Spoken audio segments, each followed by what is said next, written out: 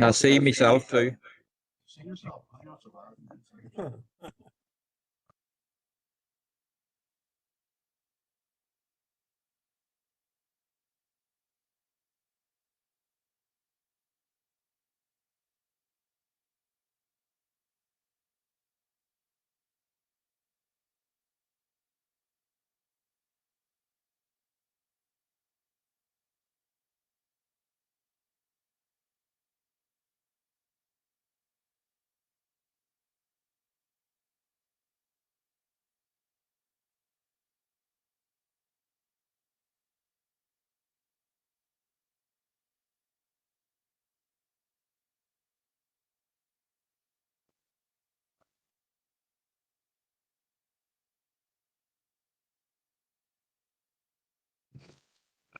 Okay, members, we'll commence the council meeting in about 1 minute from now.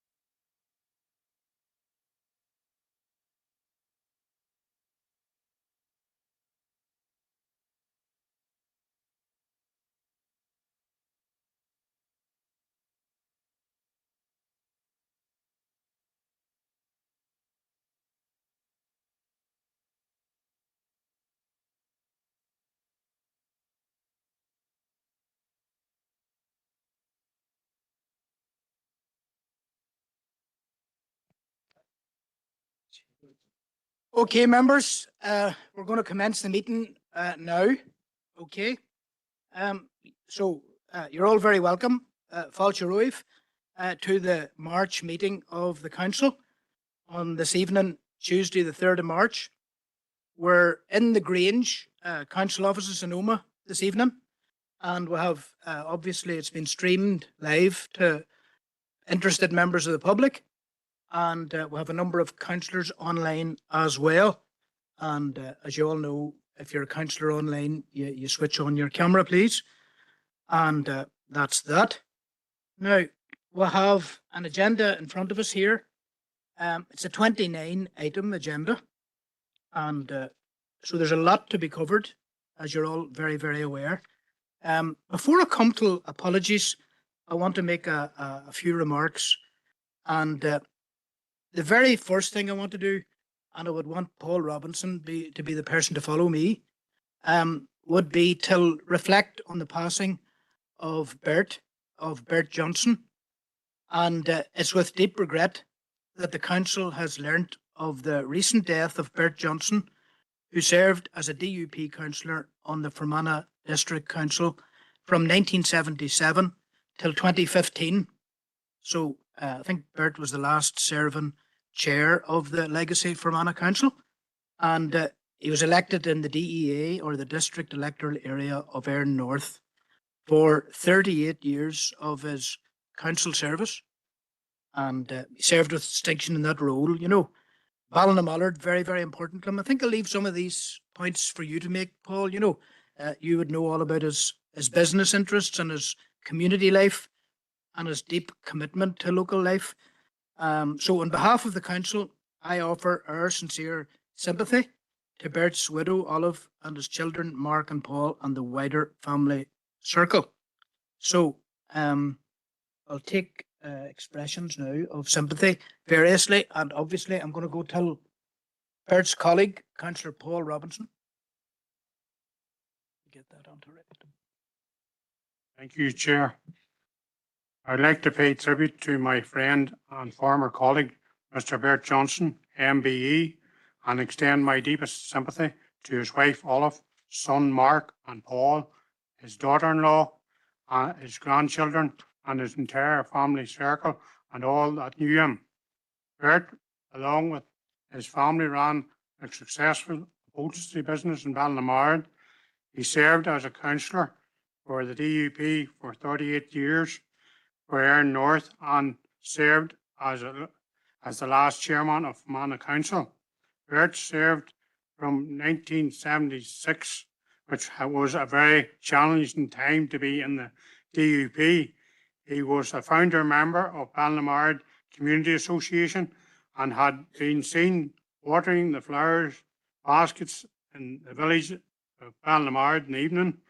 He was a good man for the flowers of Ballina-Mallard. He looked after them very well. He watered them and that there, and kept a good interest in the town of Ballina-Mallard. He also had a good interest in Neacarn as well. He always spoke about Neacarn, the way it was run down by the Department of Agriculture, let it run down. And he always was bringing up at different times at the meeting about Neacarn. Bert received his MBE for his work, commitment and dedication to the community. I had the pleasure of serving with Bert for over 10 years in the council. He was a character and a man of great faith and dedication, and will be sadly missed by his family, friends, and former councillors. Thank you, Chair. Thanks very much, Paul. Go now to Councillor Debbie Coyle. Thanks, Chair, and the Sinn Féin party also would like to send their condolences to Bert's wife and his family at this sad time. And I got to know him in 2011 when I first got elected, so served with him for the next 4 years. And I found him very funny, actually. He had a great sense of humour, and I've still got a wee note that he sent down the chamber over to me, and I opened it up, and I don't know who he drew the picture of, but it was very funny. It was like a sketch. I've still got it. So yeah, sad day for his family, and we're thinking of him at this sad time. Okay, Gormayagat, and go now to Councillor Deehan. Thank you, Chair, for the opportunity of paying tribute to the late Councillor Bert Johnston. I didn't have the privilege of serving in council with him, but 39 years of public service is a magnificent record by any standards. And by all accounts, he was a very community-minded gentleman who was dedicated to serving his community. So I want to pay personal tribute to him for that service, Chair, because as you and other members will know, the life of a councillor is very, very demanding, and to go for 39 years is a remarkable achievement. I did know Bert in his other role as a businessman in Ballina-Mallard, and I and my family have had great delight in meeting his lovely wife Olive and the wonderful services that he provides in the upholstery business. So I am greatly saddened by his passing, and I too wish to express my deep condolences to his wife Olive and to his sons Mark and Paul, and to his wider family. Thank you, Chair. Thanks very much, Councillor Deehan. I'll just take them in the order of speaking. there would be three more speakers, Stephen Donnelly, followed by Adam Gannon, and then yourself, Rosemary. Okay, so then Stephen Donnelly, councillor. Just put you on. You'd love that to happen, wouldn't you? Get a wee bit of help from IT because the speaker is not activating.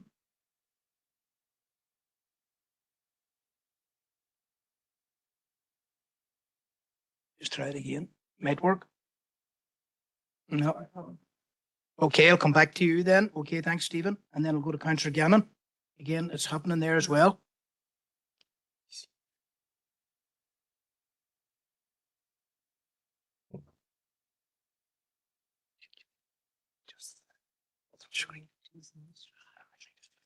Right, okay. No problem. Thanks a million, Adam. Every confidence in you. Okay, Councillor Stephen Donnelly, I'll go to now. Sure. No, thank you very much, Chair. And likewise, I just want to pay tribute to the life of Councillor Johnson. I never had the opportunity to serve alongside him. We're very much different generations, but I always feel compelled to come in and pay tribute to those who have demonstrated decades of public service and commitment to the community that they come from. And it really did strike me just hearing those words that he served the people of Fermanagh for almost 4 decades. That is a track record that is very difficult to beat. And listening to Councillor Robinson's tribute there, I mean, it really did paint a picture of somebody who was committed to his family, to the people of Ballina-Mallard, and to the people of North Fermanagh more generally. So on behalf of the Alliance Party, I just want to express my condolences to his DUP colleagues and indeed to his family. Okay. In the reordering of speakers here, I don't think you'll mind, Adam. I'll give way to Rosemary now. So I'll bring that into play now. There. Chairman, There's there. I too, on behalf of the Ulster Unionist Party, would like to pay tribute to Councillor Bert Johnson. Bert Johnson represented the DEA of Earn North, of which I served with him in Fermanagh District Council. Bert was always a pleasure to work with. We worked on several projects together, and indeed was very helpful to me when I came in as a new councillor.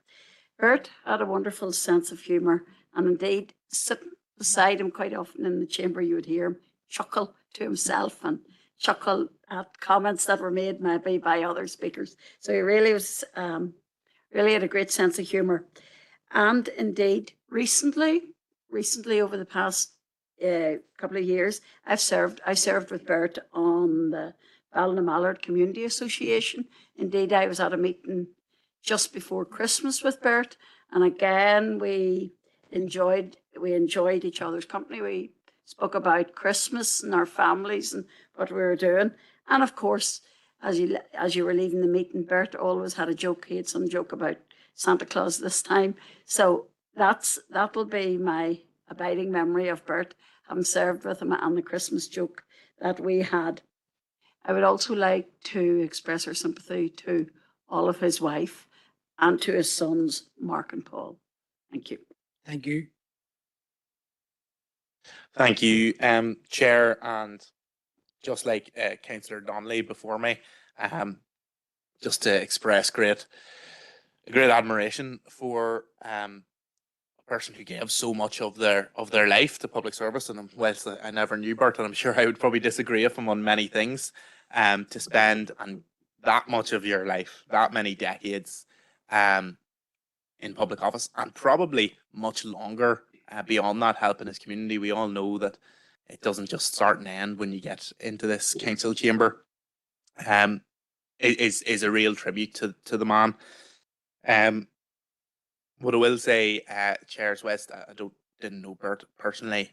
I did know some of his family members, and it was very clear how much they loved him as a family member. And just I would like to pass on my condolences to Olive and Bert's wider family, as well as his friends and party colleagues. Okay, thank you. Councillor Green. Thank you, Chair. And again, I would like to pass on my condolences to the Johnson family. I suppose I served 4 years with Bert. It's amazing that to think that he had served 35 years before I was elected to the council. I suppose my memories of him was he was always jovial, he was good humoured, and he was very, very passionate about the things he was interested in. That was what stood out. If he had this something that he was passionate about, he raised it at every meeting. He never let it go. And I suppose the other thing, maybe a lesson to modern day councillors, he never missed a meeting.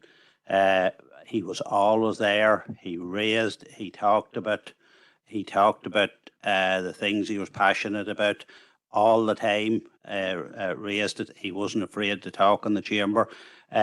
He was maybe one of the old type councillors, and me and him probably didn't agree on a lot of things, but I did admire his passion, and even after 39 years, he was still passionate for the council and for working for the community. So my sincere condolences on Bert's passing.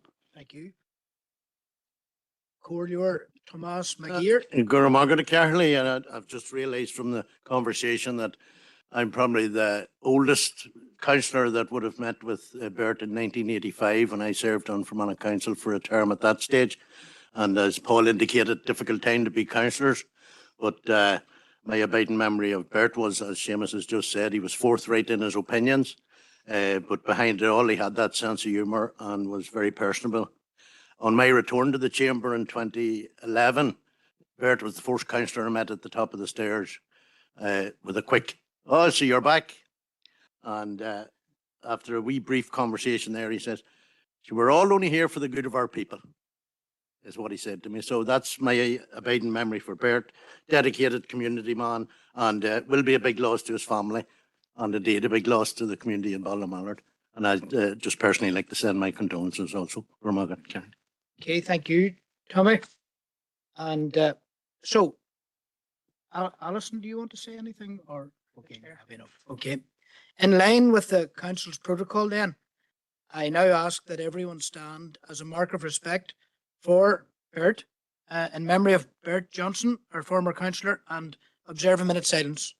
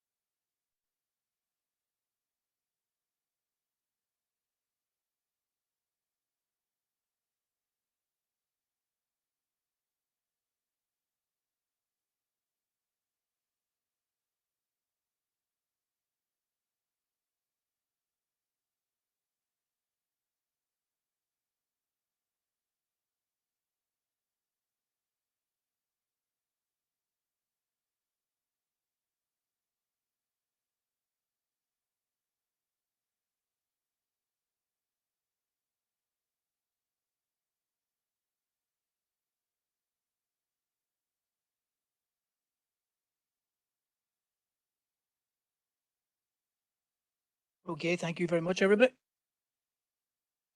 Okay, and then just prior till us going through the agenda proper, then I'll make a few preliminary remarks for this month. The very first thing I want to do is I want to welcome a young student who has joined us this evening, and Remy is his first name, and Remy comes from a community north of Paris, and has strong local roots. Just last year, his grandmother, Josephine Kerr, passed in Mountfield. Josephine lived in the former home of Alice Milligan, but I've been talking to Remy back and forward in the context of a school kind of dissertation or project that he's carrying out on the Good Friday Agreement and related matters. And I've been very impressed with Remy, and he's going to return to France tomorrow. And I would like to welcome him and thank him for attending. So, Bawaitlum Falcha Achuruif, Remy, à ce fait Shaw, and je voudrais faire la bienvenue à ces réunions and bonne chance demain.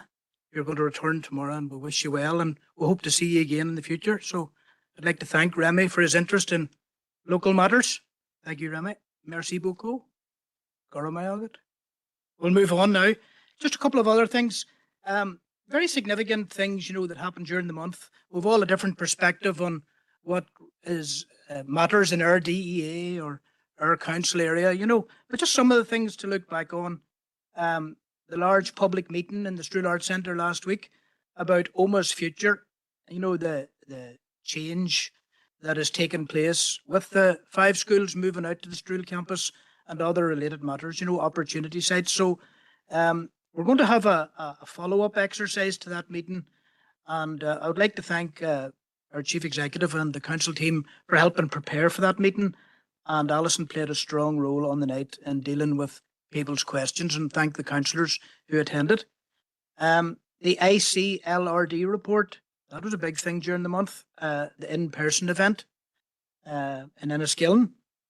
I had the privilege of meeting staff at the Oma Hospital and Primary Care Complex, a visit that was worked up with the Western Health Trust, and a good reminder that there's another asset in terms of our health service locally, and thank the staff.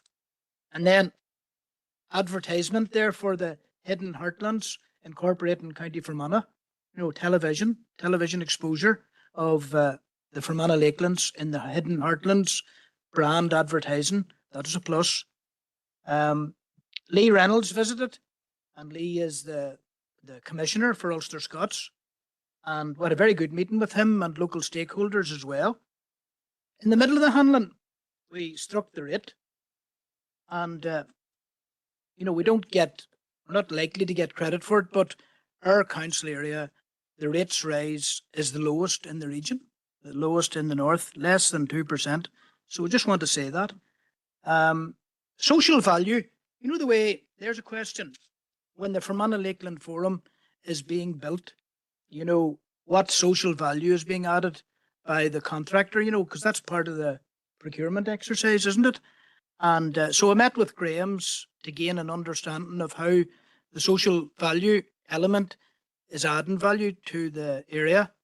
And I was asking them, and I got a positive response, that they might give some support till Sky's the Limit and Fermanagh Bright Stars. So social value, as you will know, in construction means ensuring that a project delivers benefits beyond the physical build, creating local jobs, developing skills, etc. So I think Graham's is required to deliver 5,340 social value points across 4 themes: employment and skills, ethical and resilient supply chains, environmental improvement and well-being. And to date, they're close on 1,000 points have been achieved with regular monitoring taking place. So they've delivered paid employment, and they've delivered work experience opportunities, skills workshops with St. Fancia's, St. Kevin's and St. Michael's schools, a green skills conference, etc. They've supported Enniskillen Food Bank, issued quarterly newsletters. So I think that's what we wanted. That's what we want to see. So they're just some examples of social value being delivered in association with the construction of the Fermanagh Lakeland Forum. And although it's not our direct delivery, that one is, of course, but the Strual Shared Campus, as well with Woodville Lowry joint venture, they're delivering on social value elements as well. And I think it's good for all our knowledge to know of the detail, Then Newton Butler, we had a tremendous Peace Plus launch where Belturbet, Clonus and Newton Butler are coming together on a major project there. Strategic Capital Grants event, recognition event. Tour guides came to Oma on a Saturday morning. Chinese New Year in both Enniskillen and Oma. I know that Shirley attended the one in the community house in Oma. I attended the one in St. Michael's Hall in Enniskillen. Drama festivals. Enniskillen Drama Festival is about to start. And Carrickmore obviously has the All Ireland Confined Drama Festival in April. and I was delighted to attend the launch of that and looking forward to going to Enniskillen on the opening night. And we had our 10-year community celebration event. And then people like the Youthscape organisation visiting us as well, and the AIPB working up a community-based project in Enniskillen, to address health inequalities. And then finally, for now, who couldn't be but impressed by the performance of Robert Balakoon in an Irish rugby jersey? Isn't he just unreal, isn't he? I'm wondering, does anybody know him personally? And tell us a wee bit about him, John. I wouldn't mind if you don't mind. Oh, I'll get the mouse here. The mouse is a handling. There you are. Thank you, Chair.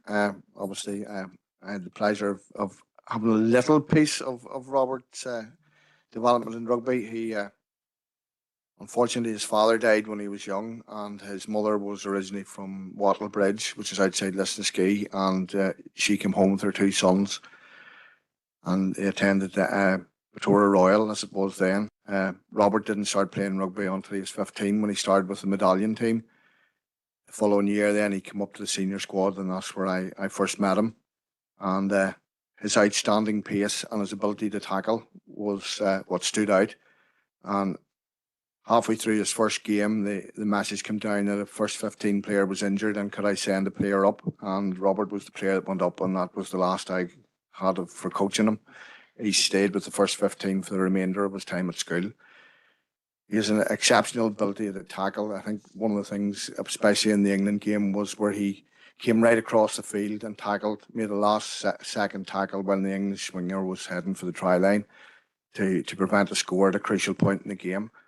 He's been very unlucky with injury, but with touch wood, he's going to show now what he really is capable of, and I've known that he's been capable of it for many, many years. So I wish him all the best and hope that he doesn't get injured. Okay, thanks, John, for that. I knew you would know. And he wouldn't have been playing in that Enniskillen Clogher game, would he? No, he was. That's good. Maybe I played a key role in his career, Paul. You wouldn't know. Okay, but thanks very much for that. And we'll move now through the agenda. So item number 1 on the agenda is apologies. So I obviously go to Councillor Coyle first. Thanks, Chair. Councillors McArdle, Kelly, Gallagher and Campbell have sent in apologies, but Catherine and Glenn may be coming in online a little bit later, and maybe Decky as well if he gets home from work. Thank you. Okay, thank you. Councillor Warrington? No apologies that I'm aware of, Chair. I think Okay. they're all online. Yep, there indeed. Thank you. Councillor Robinson? No apologies, Chair. Okay. Councillor Gannon? No apologies. Okay. And Stephen and Eddie are here. Okay. And Josephine. I've got an apology from Garvin McPhillips. So with that, then we'll move to item 2 in the agenda. So the first one here is for accuracy, and we adopt the minutes as such of the council meeting that was held on the 3rd of February. So I'll take you through the pages one by one. So page 1, page 2, I'll come now to Councillor Thompson.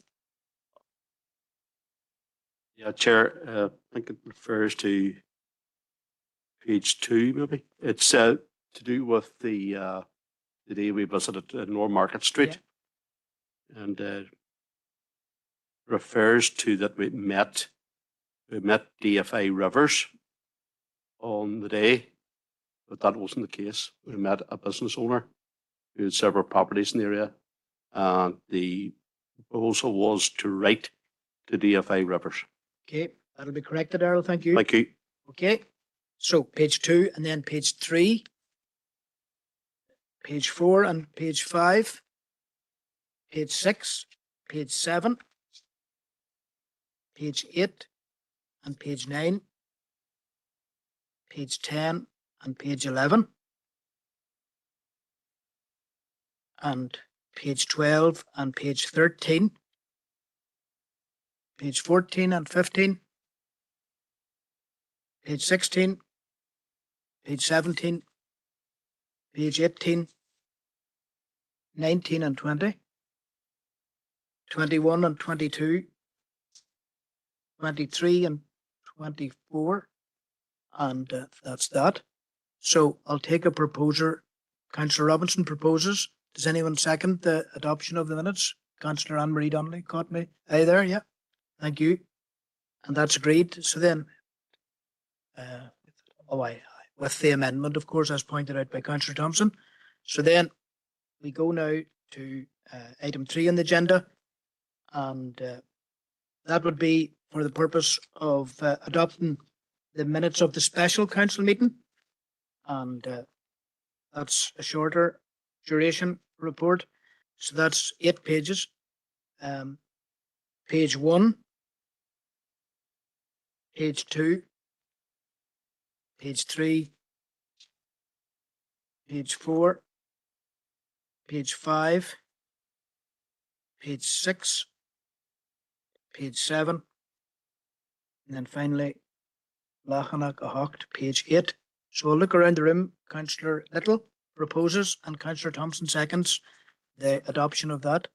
Okay, and that's agreed, members. So then, item 4 on the agenda is declarations of interest. So I'll look online and I'll look into the chamber. Councillor Gannon. Thank you, Chair. Just on tonight's agenda, item 5.3, part of correspondence 1 regarding the NILGA Leadership Development Programme. Okay, thank you. Councillor Ovens. Thank you, Chair. A few items. So it's item 5.1, 15.2, 15.3, and then the motion at 17.5. Thank you. Okay, thank you. So that's our declaration of interests. Now we'll go to matters arising from the council meeting, and page 1, matters arising, page 2, page 3, page 4. Okay. Thank you, Chair. Just members, to draw to your attention correspondence received from the Western Trust. This is in relation, circulated to you by email, and it's the their summary regarding the data that had previously been shared with the council. So that's appended to that section of the report. I'd also advise, Chair, that we have received further correspondence in relation to the legal proceedings. So the reason it just isn't attached is it does include personal data from a named individual who is pursuing the potential judicial review against the trust on the consultation. So the council has been copied in as an interested party, but there is no action required of us at this stage. Okay, thank you. Thank you, Chair. Firstly, I'll propose to note the correspondence. What I will say is you have to welcome the figures, overall figures for the Western Trust. There's clearly been an improvement, and you have to say the staff, you have to commend the staff involved in it. But what I will say, the one thing about these figures, or possibly the main thing about these figures, is that it's not a like for like service. It is a completely different and new service. As far as I'm aware, the number of surgeons alone in Altnagelvin who are emergency general surgery specialists has more than doubled since this change. So you would expect an improvement. The clinical interdependencies have also been developed again. It's very different service that's being provided, really. And as I said, if you had no improvement, that would actually be pretty disastrous indictment. But still, you have to welcome the improvement there. But like everyone else, I'm specifically interested in patients from our district, because those figures include the wider Western Trust area there. And what I will say is, in our meeting with the trust that we had previously, Brendan Lavery had said he'd done an analysis by GP postcode for the entire district, and he had said that those showed improved outcomes, as far as if I'm remembering correctly, for every GP postcode. And in that meeting, I did ask for that to be shared, and I don't believe it has yet. And arguably, that's the most important statistic for us. as it strips out the Derry and surrounding area based patients and allows us for a more accurate comparison in terms of what patients from here are experiencing in terms of statistical outcomes. Bearing in mind as well, Chair, there's the actual lived experience of patients which you might have a good statistical outcome but a horrific experience all the same. So, Chair, in addition to proposing to note, I'd just like to propose that we write to the Trust and ask for that analysis by GP postcode, with the caveat, of course, that we acknowledge it's a small sample size, but just to see what, because a claim was made on it, and I think it's important to see that. Thank you, Chair. Thank you. Eddie? Thanks, Chair. Happy to second the noting and what Councillor Gannon has requested. Yes, it certainly is good to see the mortality data reducing, but we do have to look at the dates on that. And the mortality really is talking about from the suspension of emergency general surgery to now. It does not include the data that we were asking for. Certainly I asked for at the meeting with the Western Trust, which was what was the mortality data in the Southwest Acute Hospital when we had emergency general surgery. We're not looking at a like for like here. We're looking at the mortality rate when emergency general surgery was suspended and the aftermath of the overhaul of the general surgeons being moved to Alton Galvin. We're not seeing the actual data, what the SWAS survival rate or the mortality rate was looking like prior to the suspension. And not just prior to the suspension, again, I pointed it out on the night, but we should be looking at the mortality rate when there was a stable emergency general surgery team, long before there was an issue with recruitment, there was an issue with retirements, and there was a lack of recruitment beyond that. So it's not a like for like. It doesn't really give us a proper detail on what the mortality rates could be in a emergency general surgery based back at SWA. So if I could add, if we could try and get that data from prior to December 2022, so we can see it, and preferably over more than just the year prior, as far back as maybe 2018, if the data exists, because we need to look at that pattern. We can't just look at it since then. It's not really a full picture for us to see that. Thank you. Okay, thank you. Adam would be full in agreement then, I'm sure, with any additional points there. Okay, so that's proposed and seconded and agreed, members. Okay, thank you. Okay, and page 4. Okay, Councillor Ovens. Thank you, Chair. And sorry, it was just that declaration on that last letter. It was agreed to send. Okay. Declaration of interest. Thank you. Okay, it applies there. No problem. Thank you. And then page 5, page 6, page 7. Thank you, Chair. Chair, just in relation to the Chinese Consul General, so just to advise members, I've no further information than that previously provided. Okay. Is anyone? Okay, Councillor Ovens. Thank you, Chair. So can I just get a little bit of clarification first, and then I might have a comment or two after. But if there's been no further information provided, and I think was the trip, it was provisionally aimed for, was it April, May or June sometime?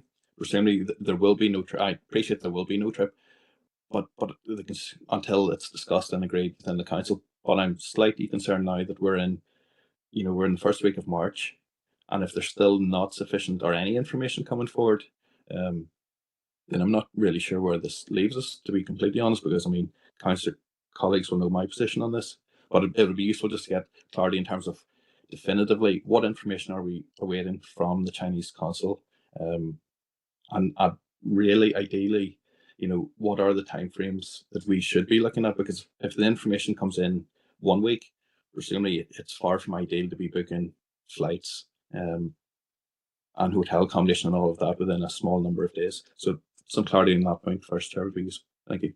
Yep. Okay, so Chair, at last month's meeting, the council agreed that a decision in relation to the invitation would be deferred pending for 1 month, pending further clarification on the proposed itinerary and associated arrangements. So following the February council meeting, I went back to the consulate just to ask if there were any further details available on the itinerary. In terms of the proposed timescale, it had been previously reported that the consulate's preference was towards the end of April, so likely to be the last week of April or the penultimate week in April. So I received an acknowledgement from the consulate to thank me for the update and to advise they had no further information at this time. So that was just around the itinerary, I suppose, specifically, Councillor Ovens, that I had sought further information on. So, and sorry, they certainly, while the original letter referenced April to June, my understanding is the Consulate were working on the basis of an April visit. Okay, I can look to the online and I can look to the chamber for further comments. Okay. Councillor Coyle. Chair, I suppose I'm not sure why they wouldn't have come. Maybe they haven't got the itinerary done yet, but it is getting close to where to when they suggested we would go. So is it a case that we hold it off for a year or in to the next mandate maybe, or something like that? What does the Chief Executive think of that? If we suggested that, I mean, you know, you don't want to sound rude or ungrateful for such an offer, but Chair, firstly, just in relation to the itinerary itself. So for our previous meeting, I brought forward as much information, I suppose, as I had available. My understanding is that the Consulate, as members will be aware, similar invitations have issued to a number of councils, and they're working through their own decision-making processes. So my expectation is probably an itinerary wouldn't be finalised until they're aware of the final composition. But I think we got enough of a flavour in relation to what would be proposed. In relation to the timing of the visit, I think the Consul General locally was keen to proceed. However, it would be obviously a matter for the council to determine, should you wish to go back out, a time that would suit best for members. And certainly the Consul General, I know, would be supportive, for example, if the council chose to defer for a year or longer, or indeed whatever the period that members would prefer, and they would work with us accordingly. I'm not sure of the position within the other councils, but I do appreciate that a number of those councils would not have been out as recently, for example, as our own council would have been. well, I do think I think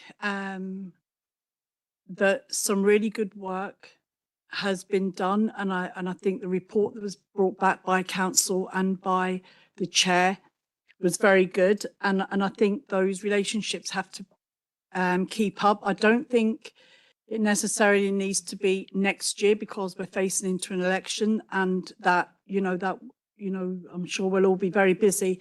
But I do think it's something that definitely needs to go into the next mandate, maybe the first year of the next mandate, I think would be a suitable time, and is given, it was only a few months ago that we went. And I think maybe having a year to 18 months of a gap is an appropriate time, before we go up, but to keep up the communication in between as well. Okay, thank you. Debbie, I'll say something on this. Obviously, we received an invite, and that has been under consideration, just as it is this evening. It is under consideration. I see real value in the continued engagement, real value. And, above all the noise, I would state that business links, let's continue to work those up. Already there are a large number of people from our council area doing business in China. Sometimes they do it quietly, anonymously, but they're back and forward, and they're doing business with the second largest economy in the world. And it's not just an economy that I observed or we observed. It's an ancient civilization with great wisdoms to impart, and I would say that on the education front, we have great links. St. Kevin's in Lisnaskea, and Councillor Thomas Reilly has a direct involvement there as the Board of Governors chair there. They have a great link with a friendly school and a friendly school arrangement there. There's potential scope for university and college, FE college engagement. And the college, our Southwest College, is all over this. They have great links established. I was very pleased till meet up again with Mr. Lee at the Erin campus of the college there. I think it was just last week. And again, to express our appreciation of the 12 young people who are in our council area offering their services as Mandarin Chinese tutors in our schools. It's great to see the development of that. There's great tourism potential. I mean, we were looking at and will continue to look at trying to enlist the help of a social influencer, very high profile social influencer, to increase the scope of festival or festivals within this council area. They could make a remarkable difference there. And I know that Micheál Martin, the Taoiseach, and Keir Starmer have opened up links and continued to develop links. Kiva Archibald, every party's Kiva Archibald, our economy minister, was there recently as well. We were the first council to engage or re-engage with China at this level since COVID, and that was deeply appreciated by the Executive Office Bureau in Beijing. So there's a lot to be positive about, and above all the noise, we have to just keep the right perspective. I think it would be wrong to go at this time. I think the point that is made by others is that it's too soon or whatever from our recent engagement. That contains validity. And but again, don't throw the baby out with the bathwater here, because the engagement with China, business-wise, economy-wise, culture, education, tourism, I think it'll continue to yield dividends for us. So I'll go now to Councillor Deehan. Thank you, Chair, and thank you for your comments. I think your comments are very well made, and I'm very much in agreement with them. One of our statutory responsibilities as Fermanagh and Omagh District Council is in economic development, and it certainly is a very challenging duty, and I think it behoves us as a council to explore all opportunities for promoting our economic well-being, and to make sure that we are fully aware of every possible benefit that can be got from engagement with powerful economies like China. And, I and other members have had the opportunity of meeting up with members of the Chinese consulate, and they too are very anxious to form meaningful bonds and engagements throughout Northern Ireland, and specifically with our council. So I do think that we need to respect that desire for engagement and reciprocate it. Chair, as you have said yourself, China is a vast economy. It has a very long and distinguished history in terms of promoting culture, and the way in which its economy has developed in a remarkably short time is really inspirational. Now, we are aware that there are concerns regarding human rights abuses in China, and those do need to be addressed. But I do think that we as a society can be a positive influence on China in respect of its human rights records. I and other councillors, Chair, had the opportunity of attending a Christmas event hosted by Invest NI, and in an address given by Ethna McNamee on that occasion, she spoke very enthusiastically about her recent trip to Japan and about how her eyes had been opened by that experience in terms of economic development. And like Japan, China will offer similar opportunities for us. I think it would be a shame not to avail of that offer. I think we need to carefully consider the timing of the event, but I do think it's something that is very worthwhile, and I firmly believe it will deliver considerable benefits to our council area, Chair. Thank you. Okay. Would you second the proposal if we take it that Councillor Coyle has made a proposal? Okay, thank you. Okay, I'll move on now. Chair, I have my hand up there. Okay, Mark, no problem. I'll come back to you then. And then Thank we'll you, go to Chair. Councillor Riley after that. Thank you, Chair, and thanks to the Chief Executive for the update too in relation to the itinerary. I mean, Chair, it'll never surprise you that, I mean, I never supported this trip. I never felt we should have been going to it. I mean, I do think even now we ought to stop dressing it up as strategic engagement. It isn't, and it wasn't going to be. But all I say, Chair, I get the sense from listening to the last few minutes from the contributions that there has been a bit of a climb down or a change of position from some within the council, and that's something that I and the Ulster Unionist Party would really do welcome, because the trip was never a good idea, particularly not at this time. So I welcome this change in position, and it's good news moving forward. And I'm sure local ratepayers will be pleased with the decision that's been taken tonight. Thank you. And you might even get a headline in the Impartial Reporter. You might, and I wish you well in that, no problem. But let me say very clearly that this was an invite that was received by the council, which is being considered by the council, has been under consideration, and we're now reaching a conclusion. There has been no position other than that throughout this process. You're allowed to consider a correspondence, and I'll leave it at that. Councillor Reddy. Thank you, Chair. And I just want to make a couple of comments. I suppose I consider certainly part of the role of this council to create opportunities for our citizens, our business community, our young people to be able to fully engage in an ever-changing world.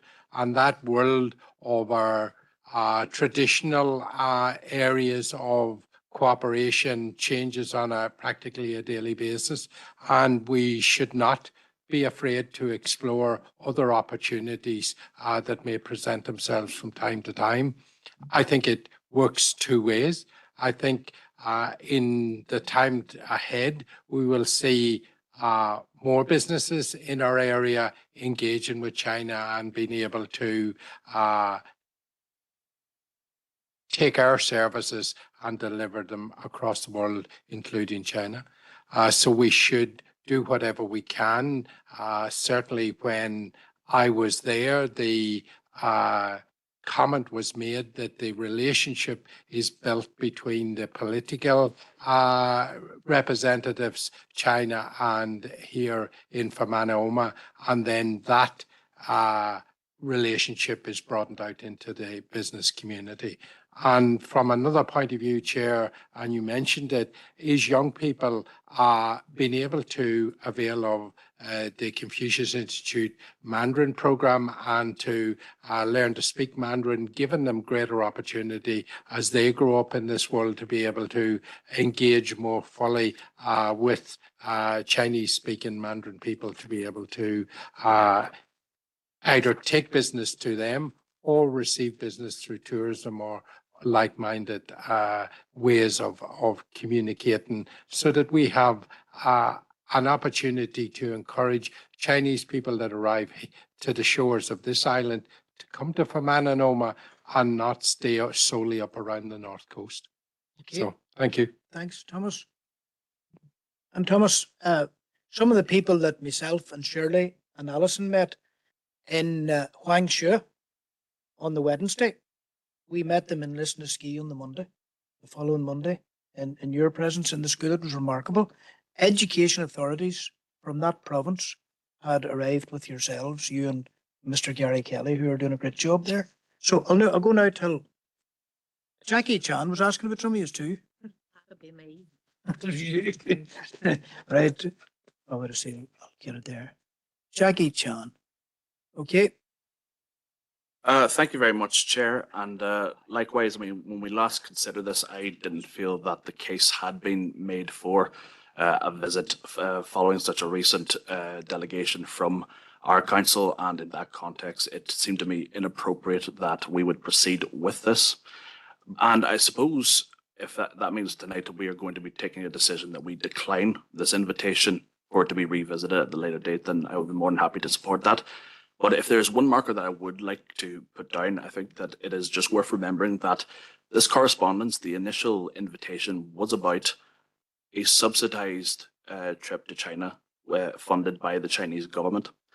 And I think that it's important that we state from the outset that whether that is this year, a year from now, or 2 years from now in the next mandate, I don't think that that would ever be appropriate for our council ever to entertain, because I think that there would be very clear governance and ethical issues. And I appreciate that that was a point that Alison acknowledged at the time of the last meeting. But it is something that I think we just need to keep in mind whenever this is looked at again in the future. I think that this does call for a wider reflection on how we deal with international engagement, so that it does align with our core objectives as a council, but so that we do act in a way which is ethical and is underpinned by good governance. So, Chair, I'll just leave that there. Okay. And I think we have achieved those standards to date in respect to these matters, and will continue to. Okay, so we'll go now to Councillor Gannon. Thank you, Chair. I believe the comments by yourself and Councillor Coyle are very similar to comments made by others last month when this was discussed as well. I think the value in going so soon, which was raised, it just isn't of value in my opinion. What I do think needs to be considered is the wider development. I said this last time of what exactly are we aiming for from this engagement? What is the wider plan? How does it fit into our aims? What will it bring to our community if we continue to engage in future? And hopefully the time now that we have, you can continue those discussions. I think Councillor Coyle mentioned about continuing discussions in the meantime. It might have been to try and develop the ideas and have a real clear plan for what it's about. And I do see that there obviously can be benefit to such a relationship, but just of course we do have to highlight those moral concerns around human rights. We do have to highlight that, and we have to be very aware of that in however we engage in future in this. And that point about them coming and offering it and being on their terms, we need it to be mutual, and there certainly could be benefit from it, Chair, but as I said, give it a bit of time, develop it over the next year, 2 years, and go from there. Thank you, Chair. Thank you, Adam. Councillor Green, I'll bring you on again. Thank you, Chair. And I suppose I just want to come in and welcome Mark and Stephen Dolney and Adam Slimedown from being completely opposed to this trip. So just to put that on record. Okay. Thank you. Okay. And I think the proposal has been made. It has been seconded. And I think we're all in agreement, members. Okay. Thank you.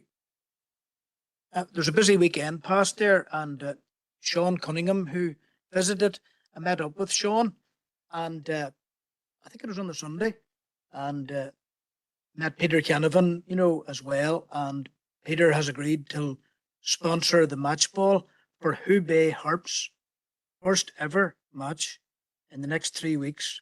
And that's a team in China, believe it or not, that has Tyrone people on it. There's Tyrone people on the Hubei Harps team, and Peter Canavan has sponsored the match ball. Not sure if any of you are planning to attend that match, but I wish them well. I wish Hubei Harps well, and thank Sean for his very kind facilitation to myself, Shirley, and Alison. Okay, so page 9, I think it was there, and page 10. And Debbie, do you want to come in on something here? I'll go back to you now. Chair, sorry, I actually missed it on page 5. It was the Rural Affairs Committee, and I was just gonna wanted to let you know that Councillor Podrigan Kelly is coming off of that committee, and Councillor Rory Little is going on. Okay, thank you. If that's okay, thank you. Okay, so that's noted. Doesn't need a second or anything like that. Okay, so page 11. Chair, just 2 items on 10.1. So you'll have seen correspondence from NILGA. This just related to the approval of Councillor Gannon's participation in the programme, but NILGA have now decided that they will actually meet the core costs. So the only cost that will fall to any of the individual councils will relate just to accreditation, likely to be in the region of £700, but ultimately it will depend on the number of participants. So that's a change from what we had reported to you last month, Chair, and just to seek a proposal and Secretary to note that update, and then also to confirm that Councillors Barton and McCloughery attended the Civil Contingencies training on the 16th of February. So just to note that for the record. The 18th of February, sorry. Okay, so I'll take a proposer there. Councillor McGrath, thank you. And a seconder. Is there a seconder for that? Councillor Robinson, thank you. Okay, so that's agreed, members, and then we'll allow Councillor Gannon to return. So that was page 11 and page 12 and page 13. Thank you, Chair. Just at the top of page 13, members, we have a response from the Agriculture Minister in relation to our concerns about Forest Service practice around the replanting of trees. So you'll have seen the Minister is broadly content and believes it doesn't. The current approach, just the last paragraph, does not inherently pose risks to the integrity of the network. Okay, I'll go now to Councillor Green, and Shimmy, she can cover one of them items now if you wish. Thank you. This is what I wanted to bring in, Barry, and I'll take this opportunity now. Recently, myself and Anya Murphy, Emily, had a meeting with Forest Service and NIE.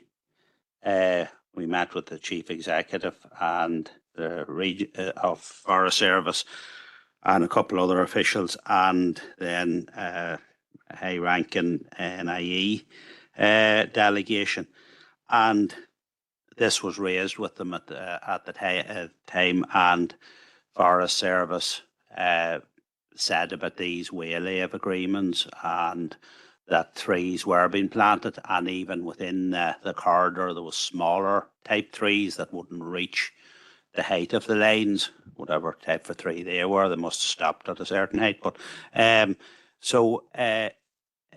it was then brought up by another member of the public that was there that after Storm Eowyn, whatever you call it, in the south, there was emergency legislation brought in within a month of that storm that said that there had to be a 55-metre corridor. So there's workmen working in the south now since that, widening out the corridors to 55 metres, where there's power lines going across, and that includes private landowners, and that's what the gap is. That has to be done through forest land, private forests, and everything they are in now, reading that.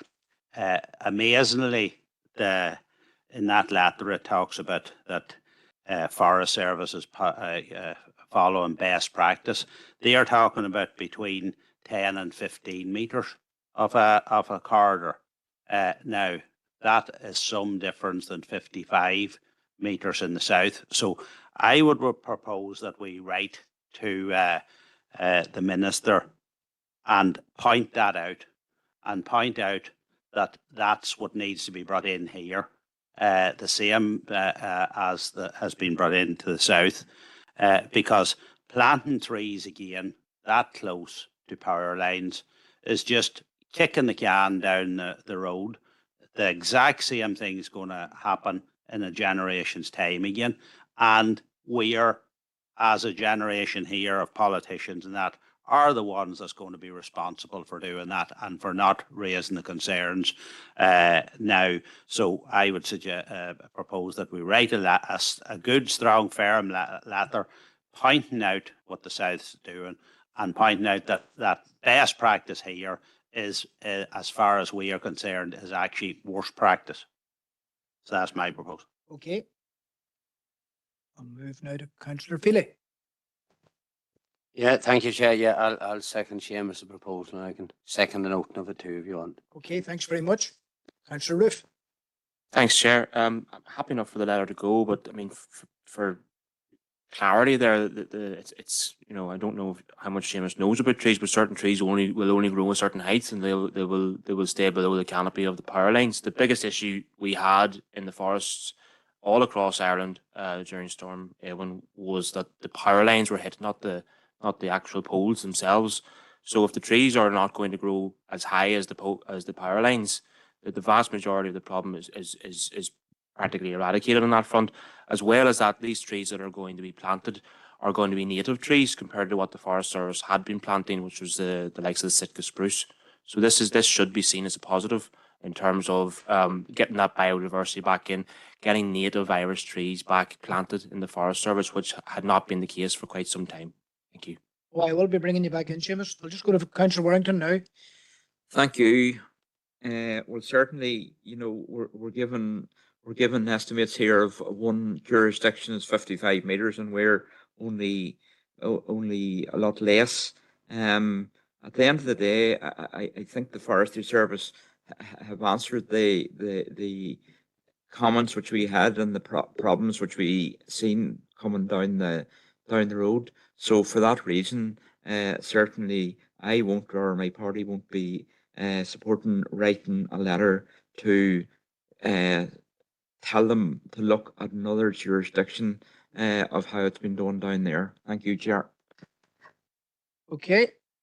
I might go to Councillor Feely next, Seamus, and then come back to you for a composite response. Just a couple of points, but best practice works by looking everywhere. That's why it's called best practice. We're not going to look what any other forestry services in the whole world does, because we only look at what the one in the north does. That's not best practice.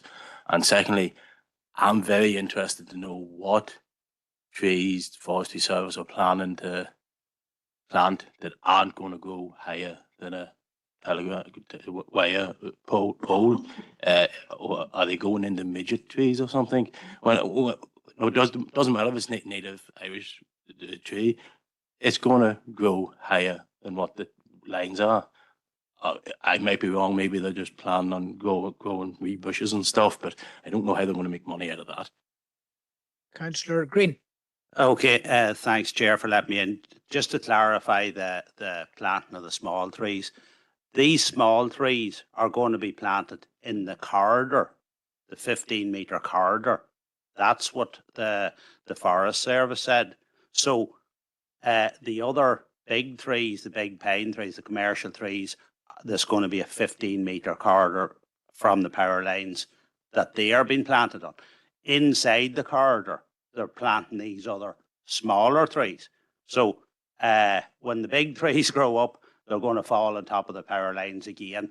And the smaller trees that's planted in the corridor is going to stop NIE from accessing to actually take them away. As for the UUP's position in this, because it's another jurisdiction, I wonder if I had said that the Forest Service in England had proposed this, would they had the same? It's just laughable. The UUP's becoming a caricature of themselves. They're absolutely unbelievable that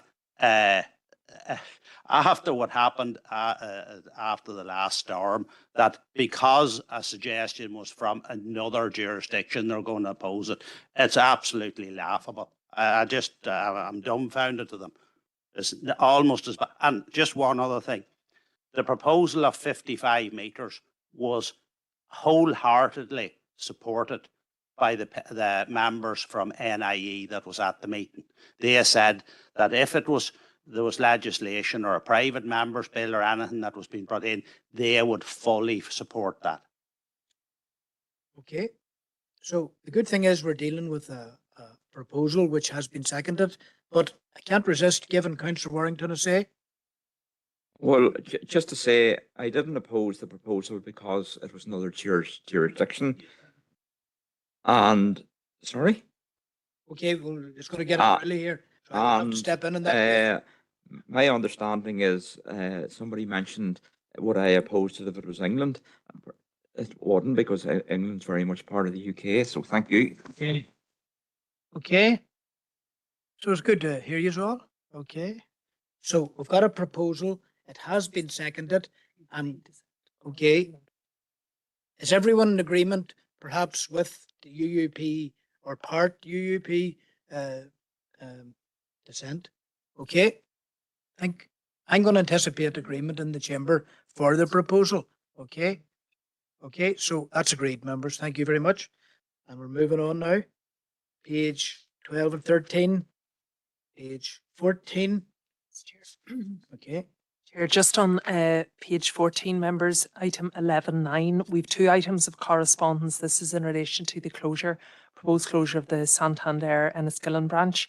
So the first letter is a response from the branch manager, setting out the provisions that they're making and also some of the data in relation to the utilisation. And then the second is from Link, and this was regarding access to cash, be it an action specifically on that, members, that we would go back and just check what the provisions are. So in terms of the Santander's letter, you'll see that they are proposing to look for a venue in Enniskillen to be able to provide, it's on the second page of the letter, a sort of a local service. And they've provided that information more widely. And they've also referenced the post office network. And Link's piece, I suppose, is discerning their role and also highlighting the various stages that have been gone through and that they're satisfied with the arrangements that have been put in place. Okay. Go now to Councillor Hayes.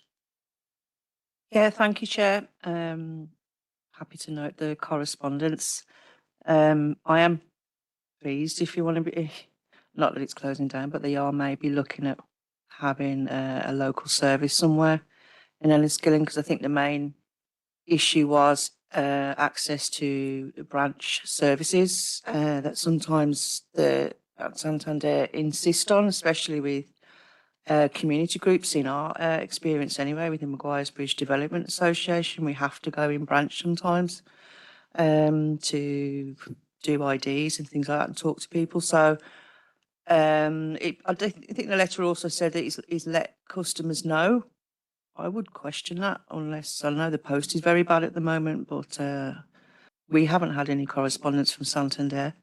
And I'm also a personal customer of Santander and I haven't had any correspondence. So, but yeah, disappointing. Link, yeah, I understand that they look at access to cash. So Enniskillen wouldn't be, you know, there's plenty of ATMs around Enniskillen for access to cash, but it's the access to the branching services that's going to concern. So hopefully we'll see what this local service pop-up bank, whatever it is going to be like. Because I know the one in Ulster Bank in Lisnaskea is not very helpful at all. There's no services offered. You can't get a statement and you're always told to go in branch at the end of the day.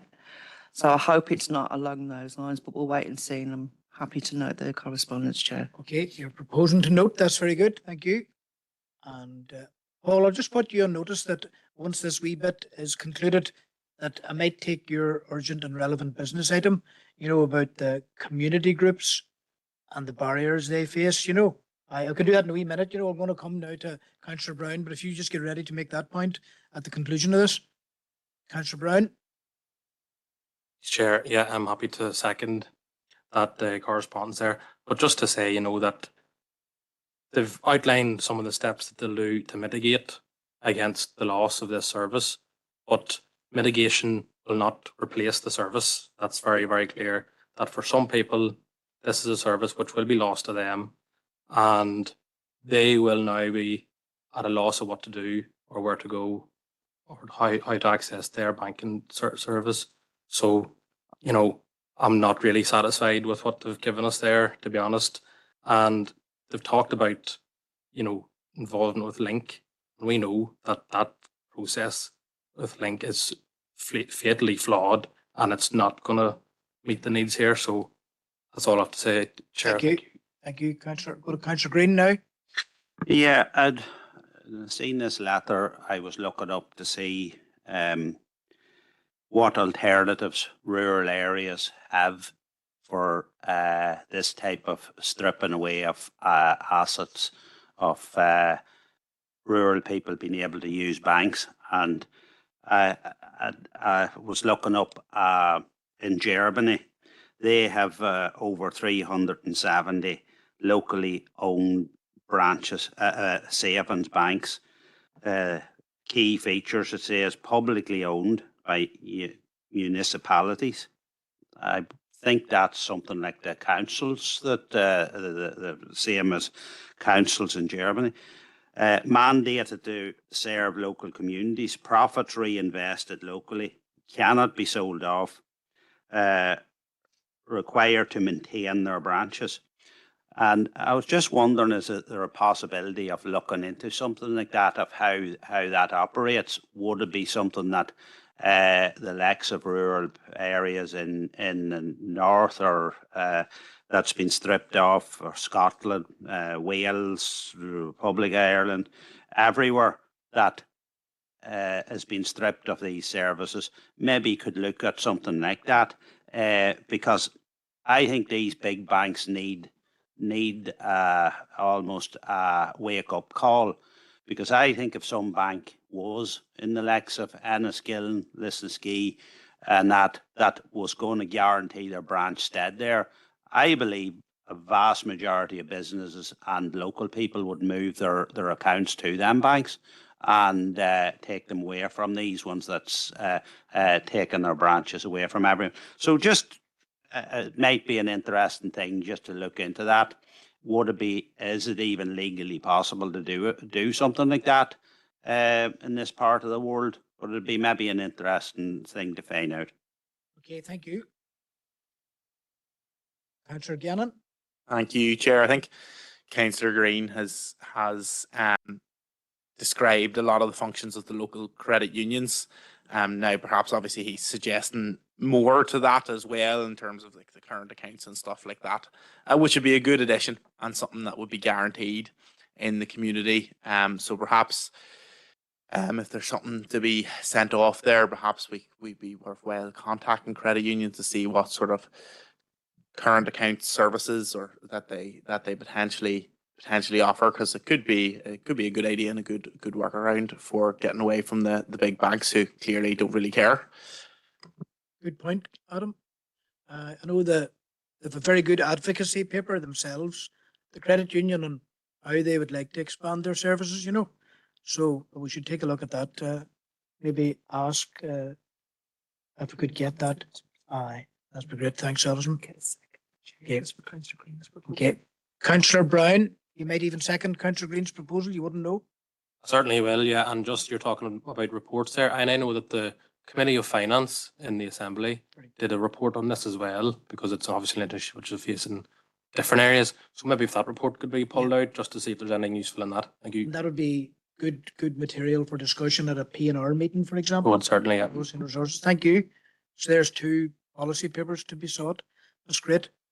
Or a report, maybe a committee report or something. Yeah, that's very good. Okay, that's that. Members, we're going to move on then, because that's agreed. Pages 14, page 15. 15. Chair, just on. Oh, sorry, Go to Paul now. It's a good time to come in. What way are you keeping it away, Paul? Right? Haven't seen you in a long Thank you, time. Chair. Over to you, Paul. Now you have a very good, urgent and relevant business item, which you should do now. Take it now. Head on, thank you. Thank you. No, with the micro grant there, was out there and closed that there and there a couple of days ago. I had groups on to me about their banks. They couldn't get statements and they couldn't get different things out of the bank. Even some of the groups, their assets was froze. They couldn't even get draft checks or nothing done. So is there any way we could get around this, Chair or Chief Executive? Is there any overarching body that we can write to or bring them in and have a discussion with them, put these points to them? I know it occupied a couple of days for you there, Paul. You were saying, a company and a group, and a particular group, to try to overcome the hurdles that were faced. Yeah, the group actually never meant to get the draft check. It had the money they couldn't touch it. The bank wouldn't let release it to them. But they took out the check and all wrote out, but they wouldn't let them take it with them. And they came to me and I had to go to the credit union. I said, have you account in the credit union? They said they had. So I had to get on to Microbonds in Cookstown to sort it out. And they allowed to go to the credit union. So how to get the credit union? They don't open on a Saturday night.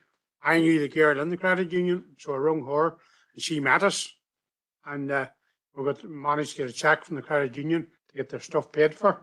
So that's the situation that some of the groups were in there. Chair, I'm not sure if Councillor Robinson would maybe being content in the first instance that we could go to NICFA, who would be the overarching, the umbrella organisation, essentially looking after all the voluntary community sector across Northern Ireland, but purely to see if there are any particular, there may already have been solutions proposed with financial institutions, and maybe we could gauge that first and then from that work out which financial institutions we would need to target. I know just informally through some of our own grant calls, it has been raised. We're certainly looking at our own regulations and see if there's anything we could do with greater flexibility, but I appreciate the funder and that you're referencing, Councillor Robinson, wouldn't be the council. So that would maybe be a suggestion in the first instance, and then we could certainly progress it further after that. First step, Paul, would be to engage NICFA then. Yeah, I'll make that a proposal now. Okay, thank you. I'll go now to Councillor McLaughlin.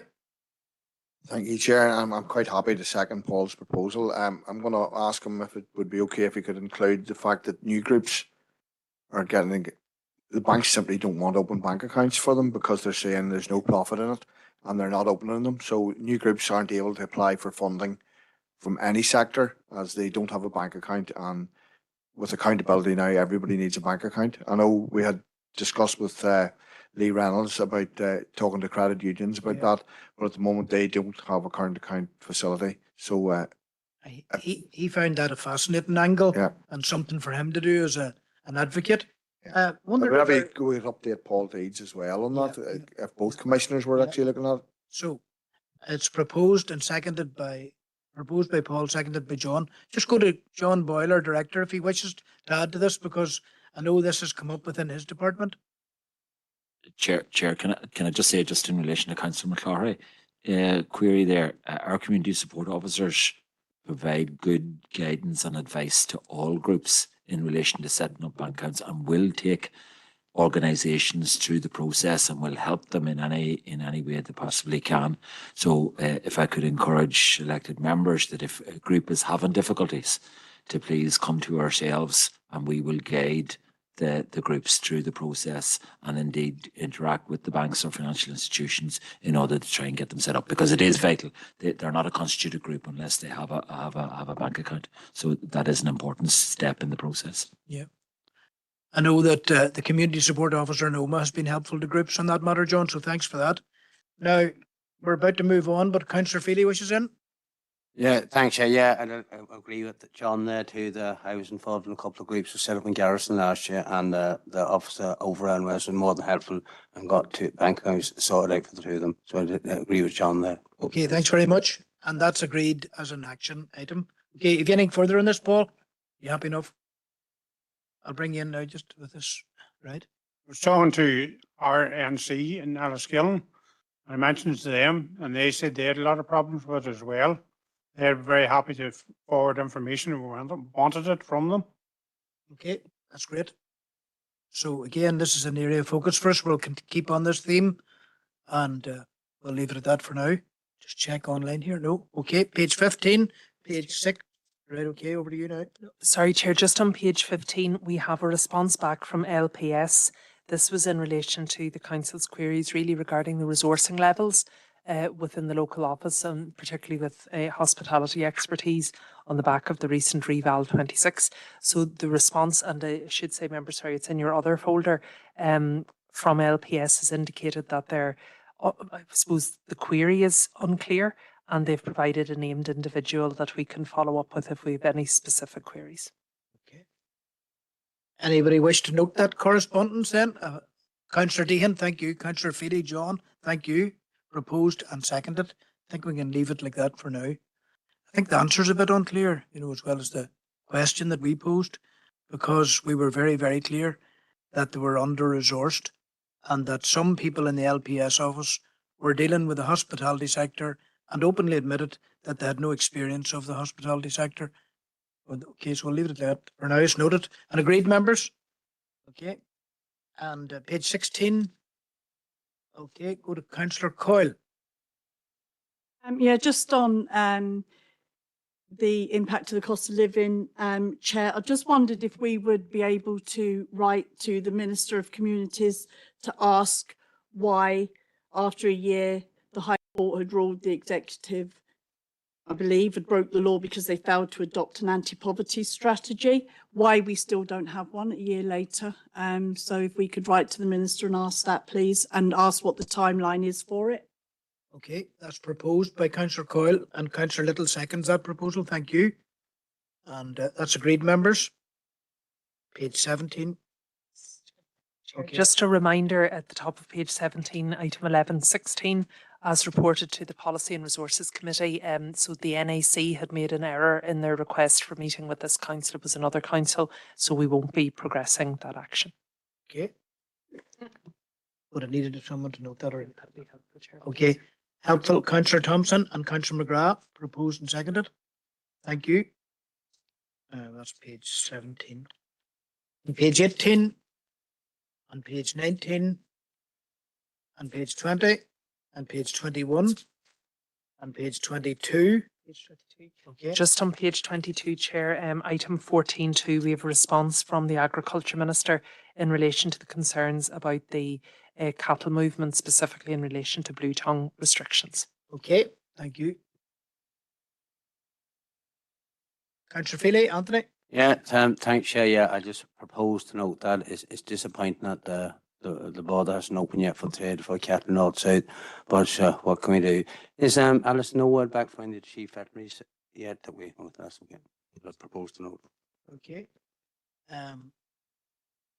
So that's proposed to note. Is there a seconder note? Councillor McGrath, thanks. Okay, and agreed, members. Are at page 23, aren't we? If I could just detail an issue that came to my attention in the past week. 14.4 there, care in the community. You know the way there's a shortage of carers in the community, you know, to cover a rural territory, for example. Well, I met a lady from Mid Tyrone this week, and she came to see me and she told me her dilemma. She is a fully trained, fully qualified carer, healthcare assistant. She's of African origin, and she's lived here for 3 years, but she's receiving correspondence from the British Home Office saying, your time's up, you got to go, unless she can get an employer to provide her with a certificate of sponsorship. And I witnessed the lady in question ringing up, you know, various nursing homes and various settings, and they were very interested in her until they heard that there has to be the production of a certificate of sponsorship. Now, it's not financial sponsorship, it's sponsorship. So I can't help but thinking in rural Mid Tyrone, where there are care shortages, that there's a lady able to provide that care in the community, has her own vehicle, is fully qualified. Her teenage children go to a local post-primary school in this council area.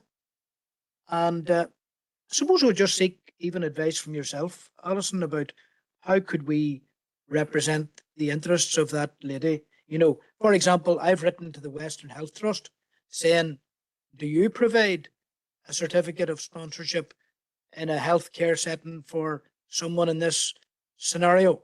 You know, she's going to make a case to stay, but there's real need, and this lady is part of the solution.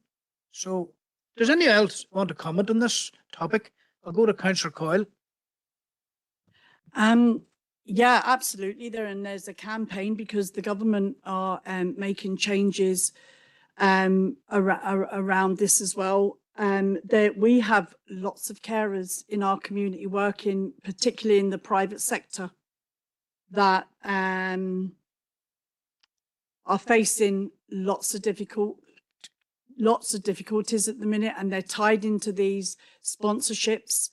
And if they don't get new ones, I know of a woman recently that I've been helping in Fermanagh. She now has to live in Wales. She could only get a certificate from a home in Wales, and her husband still works in Enniskillen it's actually a very disgraceful way of treating all our carers. I could say a lot more about this. There's a lot of issues going on, and it's actually quite disgusting the way that it's run. That system is run. There's a lot of carers being not very well looked after within the private sector, let's put it like that. And I hope the trust can take on sponsorships because it'd help a lot of them. Okay.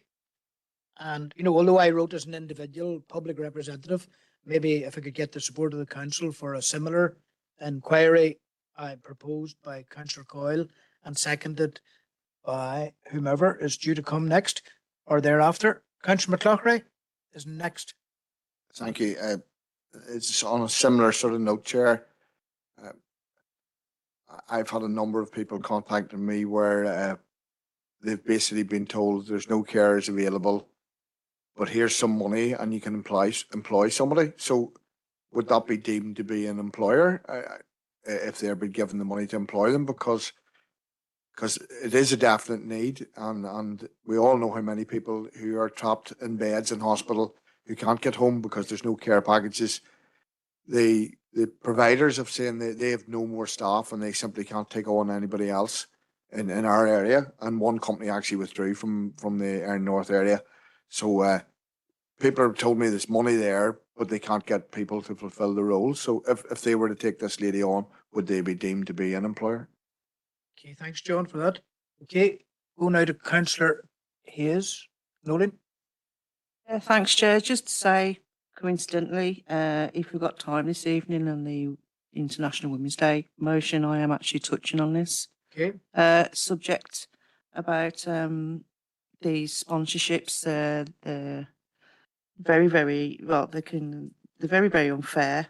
And, you know, a lot of people are possibly getting exploited. Even the NHS, like because of the immigration salary increase that you'd need to be, the NHS are having to possibly dismiss some staff because the salary has been increased to get a visa. So it's a very, very unfair system. They don't even if they do get a certificate of sponsorship, they're not entitled to any public funds at all.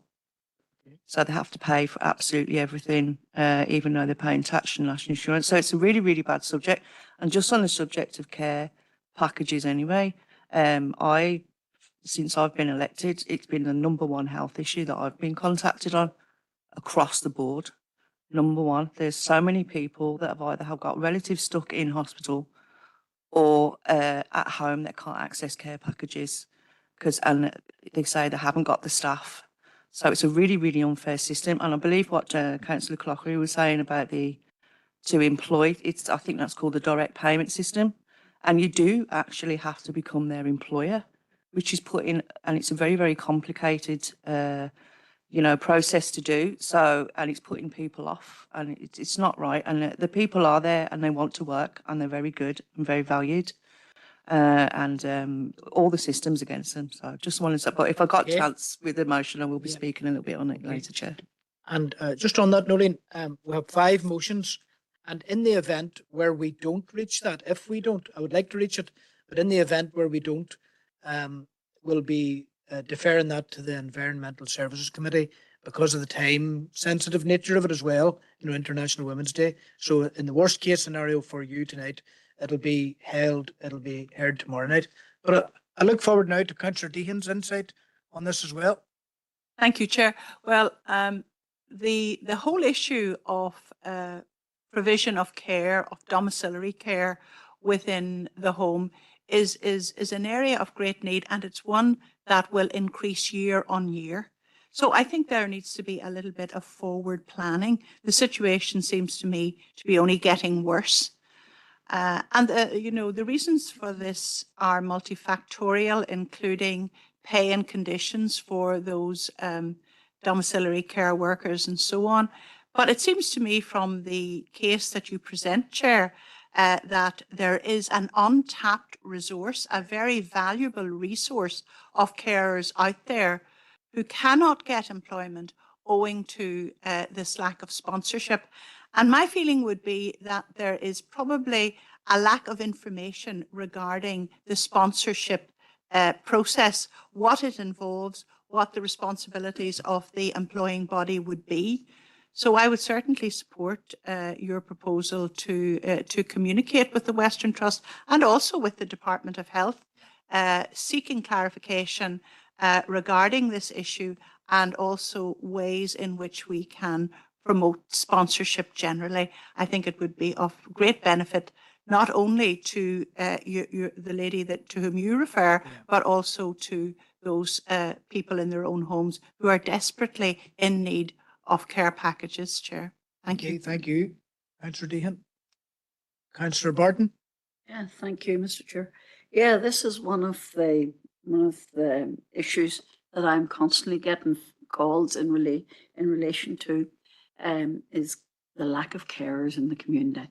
And this option that's given to a lot of these families is this direct payments option.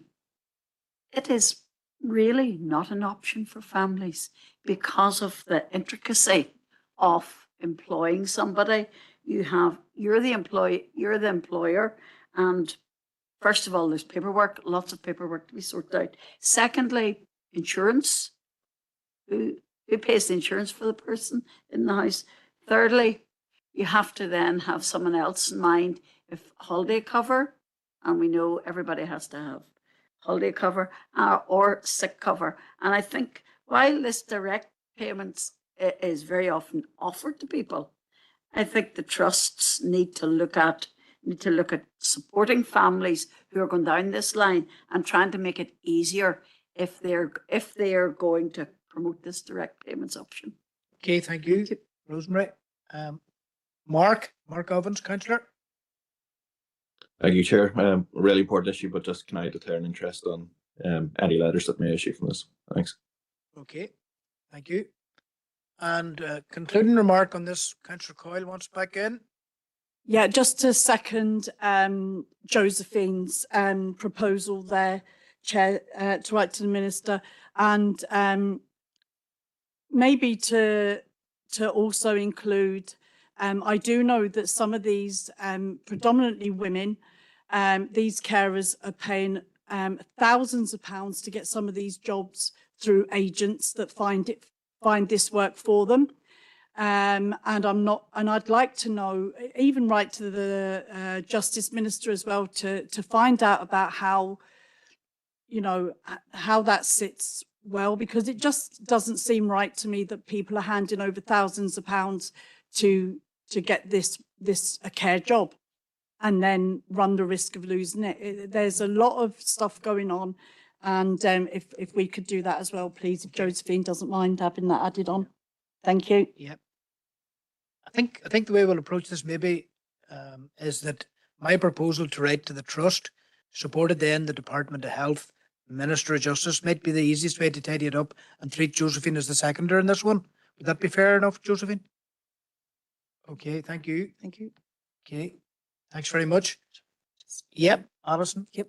No, Chair, just as members were speaking there, just from information available, we may also wish to have some correspondence with the Home Office, because it is a Home Office scheme, even to clarify if there are any particular sectors that are being adversely affected. And I suppose just to note, I think the initial inclination or suggestion is that as of April 2025, employers must pay a minimum of £25,000 per year or a minimum of £12.82 per hour, which could be a reason why perhaps workarounds are being sought. But We'll we could incorporate perhaps that clarify too. that.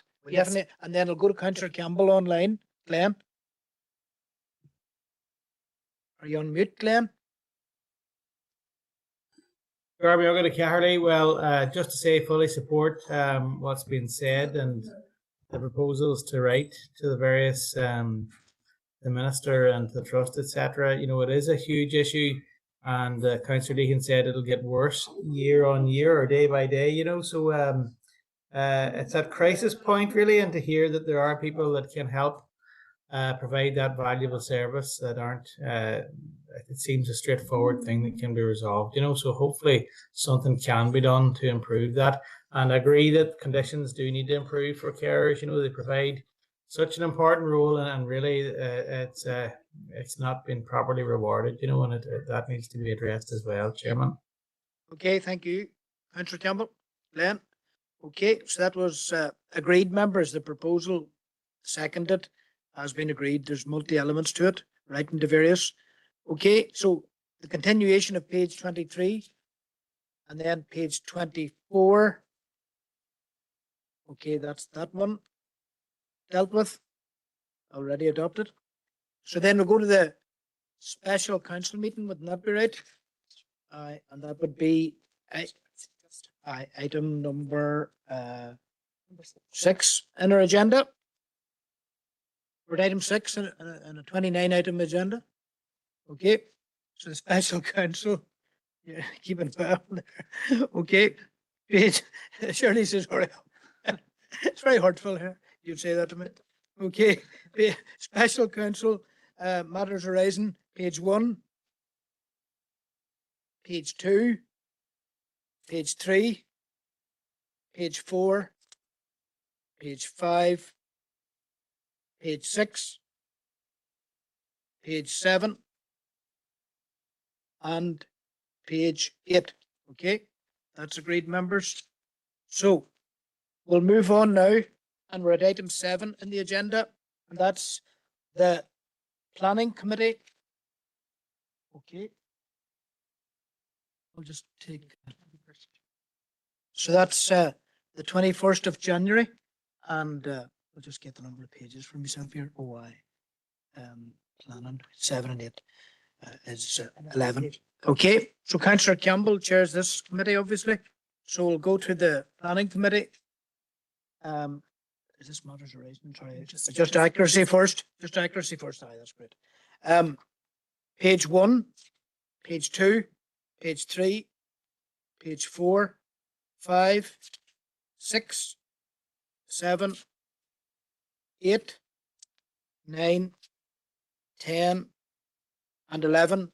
Just for accuracy, if I had a proposer, Councillor Campbell might be inclined. Happy to propose, Chairman. Okay, thank you. And Councillor Robinson seconds, thank you. And matters arising then, page 1, page 2, page 3, page 4, page 5, 6 and 7, 8, 9, 10, and 11. Okay, thanks very much. So I'll take your environmental services and we'll look this way, even though it's there. Yep. Right. So, okay, Councillor Hayes is our chair here in the ES committee, and we have 7 pages to look at for accuracy. Page 1, page 2, page 3, page 4, 5, 6, and 7. Councillor Hayes? Yeah, happy to propose, Chair. Okay, thanks very much. Have I got a seconder for that? Okay, over here, Councillor Elliott, thank you very much. And that's seconded. And then matters arising, page 1, page 2, page 3. Okay, go now to Councillor Donnelly. Thank you very much, Chair. And I just wanted to raise this as it just pertains to some recent activity by our council staff within the community centre in O'Kane and Kilmore Park. Earlier in February, there was obviously a new security alert which affected residents in the local area. And that was obviously a deeply distressing episode for those affected, one of many that has affected them in the last number of years. And I have to say, whilst I obviously want to condemn whoever was responsible for that, I want to focus on actually praising the council staff who, in conjunction with the local committee, helped organise the response, opening the centre, making sure that there was food and bedding provision made available to those who were impacted, because it demonstrates the kind of work that goes on behind the scenes that makes a really transformative difference, because the people who were impacted in that situation, and I left around 5 o'clock in the morning on that occasion, and those staff members were there long after that. So I think that was just a really strong demonstration of the connection that this council has to our community, the real benefit that it brings, and I just want to give my praise for that, Chair. Okay, thank you, Councillor Donnelly. Councillor Deegan. Yes, thank you, Chair. And I also want to echo Councillor Donnelly's comments about council staff and their response to that crisis. However, Chair, not to pour cold water on the subject, I did attend a meeting of the CKS committee last night, and a point that was raised was that there was some delay in getting access to the community centre, and also the fact that residents from a local residential facility were similarly affected. And I just wanted to inquire if should this unfortunate event arise in the future, is there a mechanism by which that facility can be accessed and opened up with minimal delay? The information I have is that the key holder had to travel a distance in order to get to the CKS Community Centre. Community were very grateful for the support offered. But I just wondered if that delay in accessing the facility could be addressed, Chair. Thank you. Okay, thank you. And I'm aware that steps are being taken, but the detail will rest with Alison. Yeah, well, Chair, I think my recollection is that the centre was actually open 45 minutes following the initial alert. So I don't agree that there was a delay in opening, and I think it was a very swift mobilisation. I do understand that some members of the community did not have the updated contact details of the relevant community officer, but that was addressed and that information has been shared. And certainly there are local key holders available to open the centre, and we have, as was referenced earlier, there unfortunately have been a number of instances that we have been required recently to utilise CKS, and arrangements have worked well. One comment I maybe would pick up on, just Councillor, on the care home. A deliberate decision was taken by the care home not to evacuate, and that was based on police advice. So it was not due to an inaccessibility or unavailability of the facility, because that would be a priority target group for us to assess in terms of any emergency or risk situation. But they themselves decided not to evacuate, and they liaised with the police on that decision. We also are required, when we activate, to notify Western Health and Social Care Trust, because clearly there can be vulnerable adults and indeed young people, as would have been the case in that particular instance, and they were also aware of the decision not to evacuate. So I'd certainly be satisfied of the arrangements we have in place. I would be satisfied, and will convey the members' comments to the team involved. And I think it's certainly something we continue to build upon. I do have a concern that a vulnerable community chose to remain in situ, which we understood was contrary to the police advice to wider residents, but that's obviously something they took on board to do themselves. Okay, thank you. Okay, we're going to move on. So that was page 3 and 4 and 5 and 6 and 7. Okay, so that's that meeting dispensed with there. If you give me the RNC then. Errol, next up. Thank you. So we go now till the Regeneration and Community Committee, and Councillor Thompson's our chair there. So for adoption and accuracy here, page 1, page 2, page 3, page 4, page 5, page 6, page 7, page 8, page 9, and page 10. Okay. Did you have an issue there in page 9, Alison? No. Okay. Okay, no problem. Right. So I'll look to Councillor Thompson over here. Get this right. Over you, Councillor. Thanks very much, Chair. I propose the adoption of the minutes of the Regeneration Community Committee meeting held on Tuesday, the 10th February 2026. Okay, thanks very much, Errol. And I'll look for a seconder anywhere in the room. Okay, Councillor Gannon, thanks very much. So, matters rising, page 1, page 2, page 3, page 4, page 5, page 6, page 7, page 8, page 9. Thank you very much, Chair. Chair, just we agreed at the Regeneration and Community Committee that we would take nominations for Dundalk Chambers Cross-Border Tourism Conference, which is due to be held in April in the Four Seasons Hotel in Carlingford. So the details were also included with this evening's papers, Chair. It's a €20 attendance together with travel costs, and the programme is set out. It's a half-day session, really. Okay, I'll go now to Councillor Coyle. Thank you, Chair. I'd like to nominate Councillor Thomas O'Reilly, please. Okay. Thank you. Okay, thank you. We'll go now to Councillor Warrington. Thank you, Chair. I'd like to nominate Councillor Roy Crawford to go on that, please. Okay. Are there any other nominations then? I'll go to Councillor Robinson. I'll go myself. Okay. Agreed, members? Oh, no. Okay. Good, thank you. So that's that, isn't it? Okay. We could express an interest too. Councillor Green here. I was wondering, could this air conditioning be turned off before we all need top coats over here? Yeah. No problem. Proposed, have a seconder for that?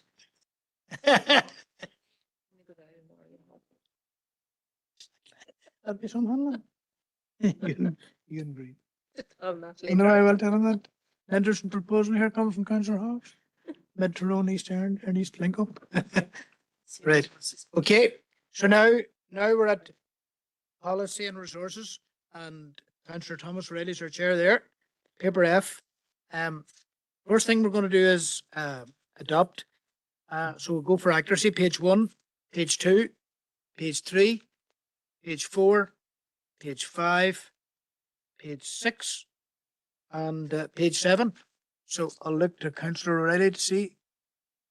Propose the Policy and Resources Committee minutes. Okay, thank you. Councillor Deehan, thanks very much. Has seconded that.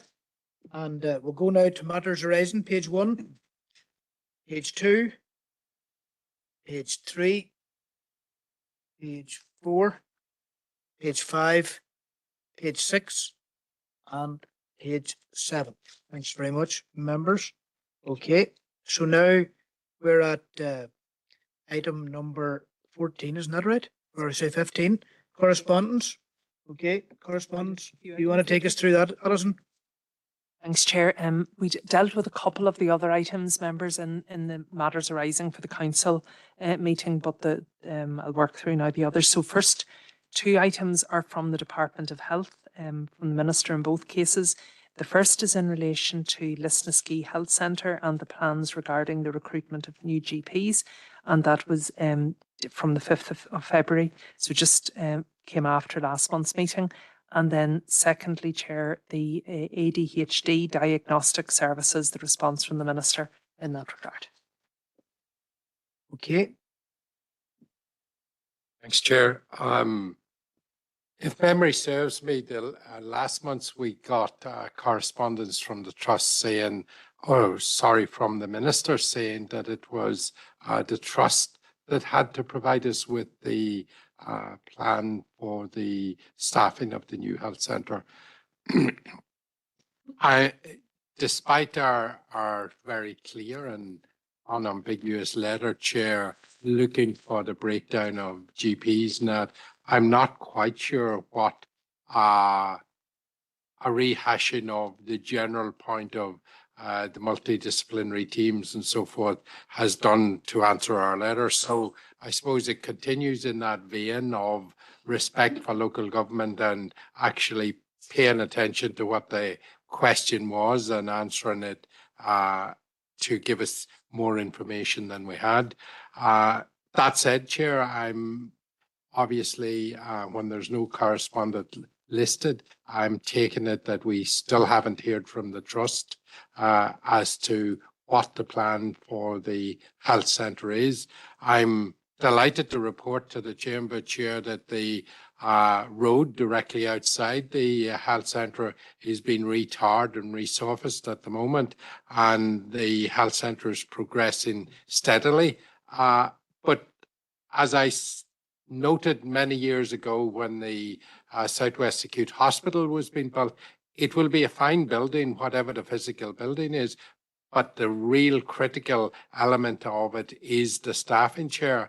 And practically a year after I asked the question first, we still have not got an answer as to the complement of staff and what the plan at this current point in time is to make sure that when this building opens, we have the adequate staff to look after the patients for the area. Okay, thank you. And Thomas, that includes the rollout of the MDTs. You're not sure about how it's going to impact on the Listening Centre? Chair, we still haven't got any idea. No, GPs or MBTs, we haven't got any indication. Okay, thank you. Go down to Councillor Deehan. Thank you, Chair. And Chair, I would also like to make a comment on correspondence 15.3 regarding ADHD services, but I want to make a comment on this first and then give way to other members who wish to come in on it. Well, if Thomas is proposing noting the correspondence, I'll second that first of all. Thomas is quite right, Chair, that the Minister does not really answer the question. The Lisnaskea practice is not a trust. The Western Trust does not hold the contract for the provision of GMS services in Lisnaskea. The contract is held by the GP Federation Crisis Response Team, and it would be they who would be responsible for the staffing of that facility. But I do share Councillor O'Reilly's concern regarding GP provision, because the nub of the matter here, Chair, is the availability of an adequate number of GPs to staff that really vital facility. It's a matter of some concern to me that whilst the Minister continues to express his support for primary care and proposes the rollout of a neighbourhood model of care, which intimately involves general practitioner involvement, he has not, in my opinion, supported general practice adequately. The rollout of the multidisciplinary teams has long been cited as the saviour of primary care, but in fact, this £61 million has not been provided by the Department of Health, Chair. It has actually been provided through the transformation funding. So the Minister of Health really has not invested in the development of GP services.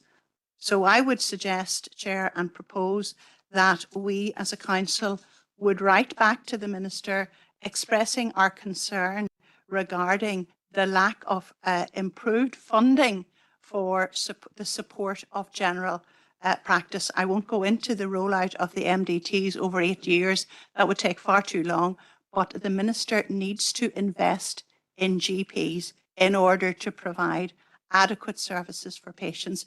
Yes, multidisciplinary team members are vital as well and much welcomed, but we need general practitioners, Chair, because as we have seen in our area, Chair, the failure of many practices, we saw the failure of Rosslea, Dromore, Trillick, Lisnaskea, Tempo, Brookborough, Fintona. How many more of our GP practices are going to fail before the Minister will invest in the provision of general practice, Chair?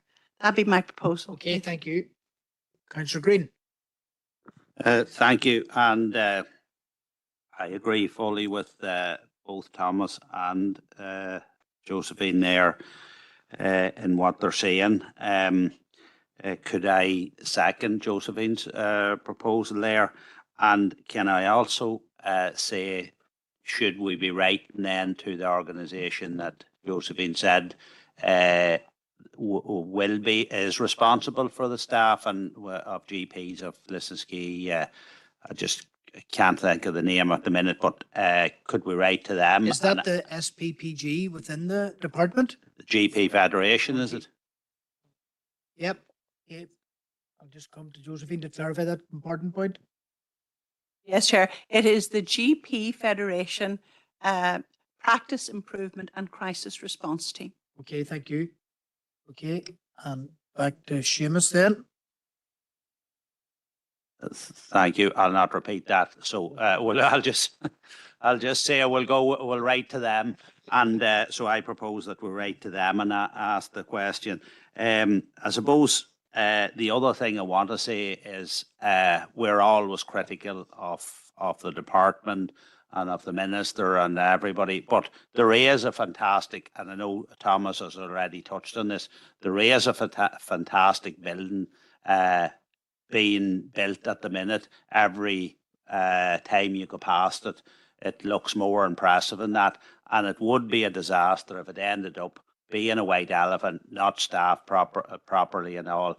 But at the minute, I have to give some credit where credit's due. It's a fantastic building. It will be a fantastic facility for the people of Éire East if indeed it ends up being staffed properly. But well done so far, and we'll do all the writing and put all the pressure on we can to get it staffed properly.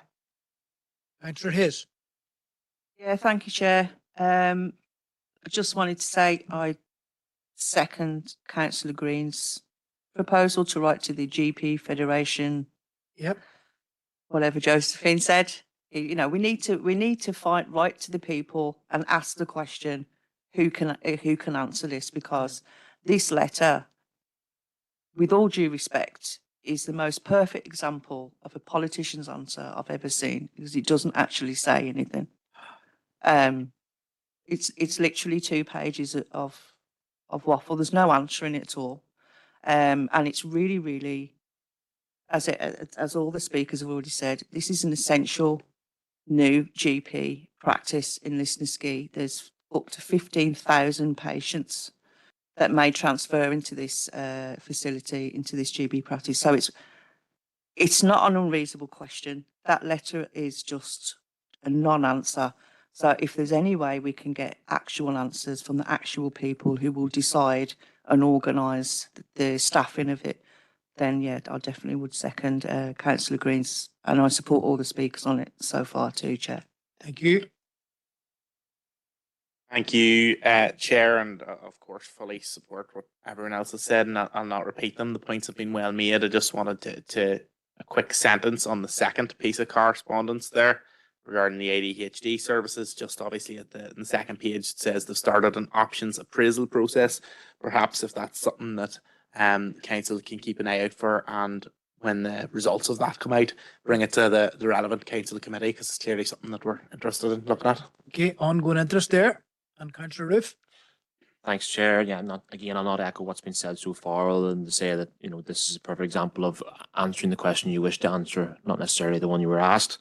But the main thing I did want to point out in there was saying that when it comes to the general practice team and then the wider multidisciplinary team, it does say it's anticipated the inclusion of these team members within practice will lead to a change in the GP to patient ratio.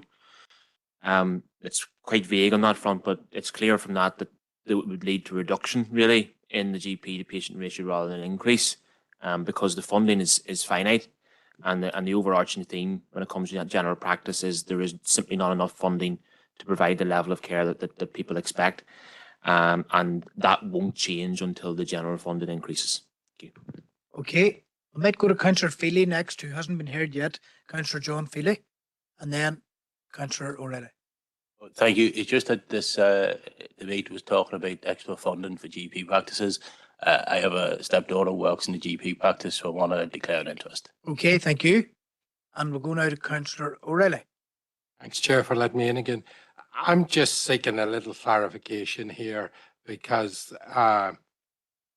it's disturbing to think that we waited 6 months for an answer from the Minister, Can I, first of all, before I make any further comment, can I find out if this body that Josephine has referenced that we write to comes under the remit of the minister? Can anybody clarify? Okay. Yep, and Councillor Ruthven. It is a bit of a complex arrangement. Essentially, GP federations receive funding directly from the GP surgeries to the likes of pharmacists and multidisciplinary teams would then go and work within the local federation. That money is supplied to the GP surgeries directly from the SPPG, the sole purpose of funding the GP federations. So it's a very roundabout way, in my personal opinion, of how it's funded. But the reality is the GP federations represent the GP surgeries, and it are run by the GPs themselves, and they'll have a board. But the funding for them comes directly from the SPPG. So that might not make it any clearer, to be honest. But as to who's responsible, the funding comes from the SPPG, but the responsibility as the day-to-day operations would be leading with the GP surgeries that the federation would service. Okay, thank you for that. I'll bring in Nick Thomas. Oh, sorry.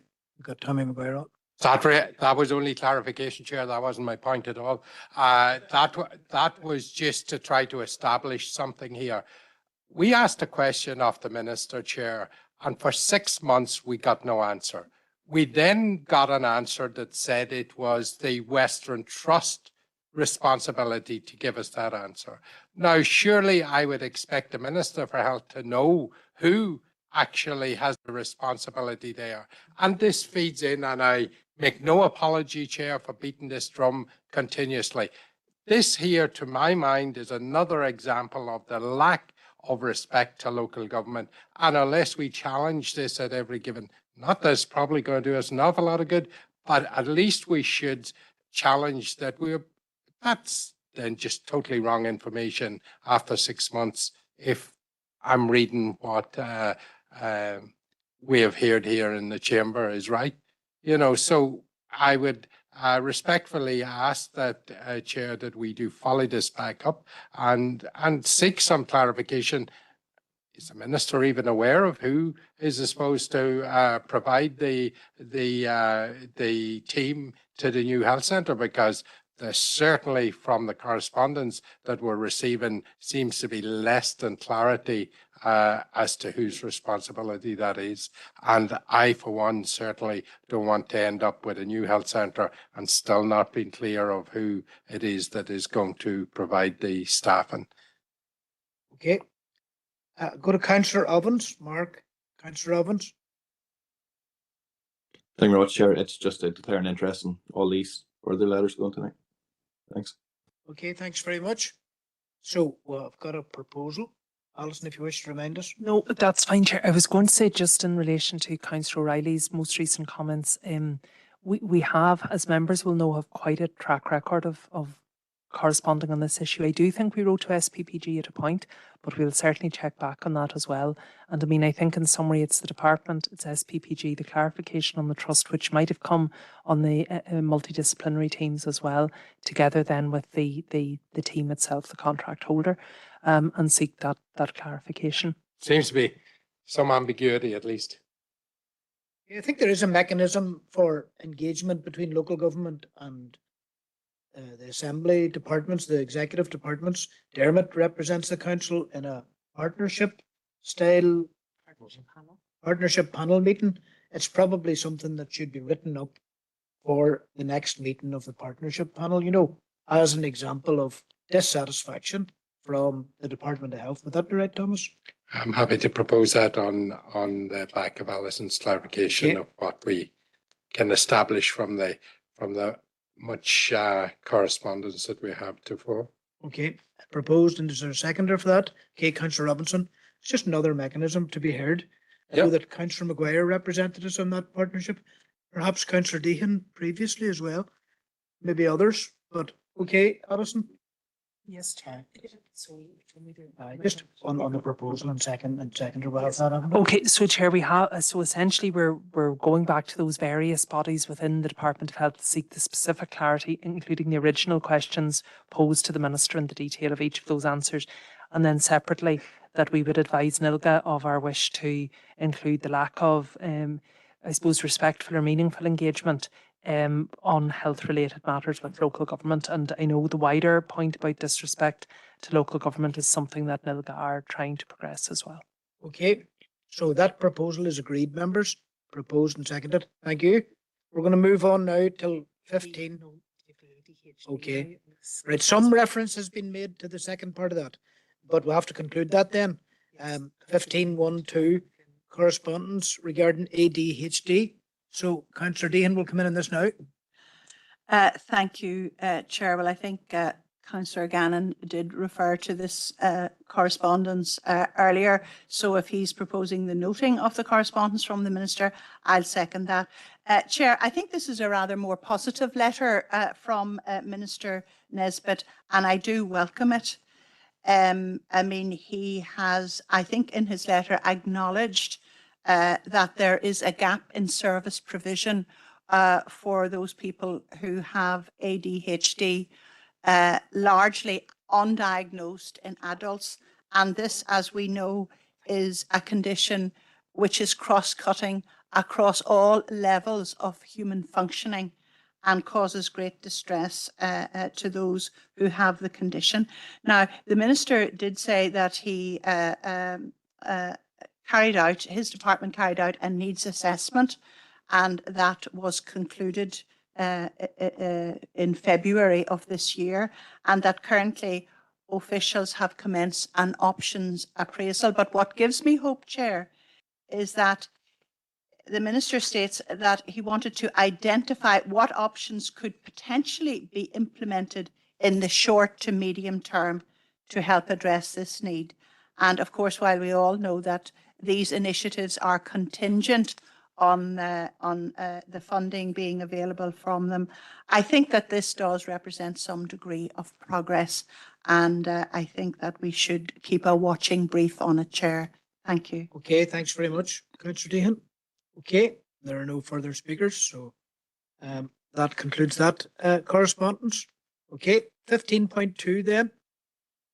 Chair, this is a response from the Department of Foreign Affairs regarding photographic ID for Irish passports, and specifically why the electoral ID card is not appropriate or not considered acceptable. Okay, and go now to Councillor Hayes. Yeah, Chair, happy to note that. I'm actually quite pleased with this response. It sets out very clearly the options people have if they don't have current photo ID other than the electoral ID card. It gives quite a few options there. So as somebody who deals with lots of Irish passports, including people that don't have any other documentation, photo ID at all, I think that's quite clear. So I'd like to note it, and thanks. Okay, Councillor Feely. Thank you, Chair. I'll second the noting. I wouldn't be just quite as happy about it being clear, because I had a constituent last week. I signed his form for him, and he was speaking on 2 successive days on the phone to the Irish Passport Office, and he doesn't have any of the 4 one-off things you need, so he has to send in the 1 thing from list A and 2 things from list B. And on the first day, the lady in the office said electoral ID card wasn't good enough for when you're sending in the 3. And the next day he was chatting to the girl, and she said electoral ID card for the lesser list of the 3 things. It could be included in the list B. So he's worried now because he only has 3 things. He had a medical card, he had a bank card, and his 3rd piece of evidence he was sending off was his electoral ID card. And what was in his mind was, if it landed on the desk of the person he was speaking to on the first day, she was going to be sending it back saying it wasn't good enough. And if it landed on the desk of the second person he was speaking to, she would have been stamping it and saying it was fine. Now, I would like a further letter sent back to ask him that, because it even actually says in the letter that this woman who electoral ID cards alone are therefore not satisfactory form of photo ID. It also alludes the fact that it's not good enough for the initial list of one-offs, but it is good enough for the three pieces. But it's not on the list then. So I'd ask that we write back again to ask it to be made clearer to their staff that it is good enough for if you're sending off three pieces of ID. I hope I made myself kind of clear enough on that. And also in the very last paragraph, it says that it's asked us as a council to go put it out to our constituents, our residents, about reminding them to send things in a timely fashion. So I think maybe the chair himself might do up a press release for the local newspapers to remind people. Okay, Thank you. John. When you were wondering if you had made yourself clear, I was nearly going to ask Eddie to clarify it there. Okay. Okay, Councillor Coyle. Yeah, I was going to make a couple of points that John just raised. So just to second what John, because I agree. Yeah. Thank Okay. you. And that's agreed, members. Okay, thank you. Okay, 15.3. Yes, Chair, this is from Clare County Council regarding a motion that they adopted, which is similar in nature to work that we'd have undertaken at the time of our own biodiversity work, but also the All Ireland Pollinator Plan, of which we adopted and I remember. And I think we did adopt a similar motion in relation to beekeeping, but for information really and for noting, Chair. Okay, and certainly in my time of returning to the council, Councillor Siobhan Correa and Councillor Emmett McAleer, they both advanced this notion too. Okay, go now to Councillor McCloughy. Yeah, thank you, Chair. Welcome this correspondence from Clare County Council, and I'm not sure if we noted anything. As somebody who has bees, I appreciate all the information that they have there, and that is a major danger. And my Irish blacks, I definitely don't want them breeding with any other types of bees. Hear you. Thanks very much. Councillor Feely. Yeah, I'll second the note of it, Barry. And as you said, I remember in the last minute Siobhan was always, it was that most thing Siobhan was on, so I just wanted to mention that too. Yeah, I don't keep bees myself, but I know a guy that keeps them, so good information there, so happy to second it. Okay, so that was proposed and seconded then, and agreed, members. Next up. Chair, this is a response from the Minister for Infrastructure. We had written previously to seek clarification on who the department had engaged with at the time of the erection of the flags in Hamlet. So the Minister's responded that her department liaised with the PSNI, who recommended not to remove, given the considerable tension that this would create. Okay, Councillor Little. Thank you, Chair. Article 87 of the Roads Order NI make it an offence to attach unauthorised signs or advertisements to structures such as lampposts. In previous correspondence this council has received from the department, it states that where unauthorised flags or attachments pose a risk to road users, that the department will seek to remove that danger. I note the current correspondence from the Minister, and I think there is a very important word in this correspondence, and that word is unauthorised. I propose that we write to the Minister to seek clarity on what authorisation actually looks like. What does authorisation look like for the erection of flags and emblems on DFI property? Because I tell you what, for 3 or 4 months of the year, this town has flags erected outside shared education facilities, transport facilities and community centres. The erection of these flags is an exercise in intimidation and is a prime example of cultural insecurity. How insecure must one be with their identity that they need to have flags and bunting on display Monday to Sunday from dusk to dawn? Is it the case that these flags and banners have been erected without authorisation? Because if that is the case, then we will need to revisit this. We will need to look at it again. For 4 months of the year, the situations with flags in this town is untenable. We live in a shared society. We live in a shared space. We need a shared future. We need a new approach to flags in this district. Okay, thank you, Councillor. And that's our proposal. We're going out to Councillor Gannon. Thank you, Chair, and I'm happy to second that proposal. I think that that point on authorisation is really interesting, and actually, I think it'd be remiss not to say I think the Alliance Party brought to the Assembly legislation. I don't think it was passed though, around authorisation and time limits, which is a very good idea, and credit to that, and hopefully something like that can be brought in future.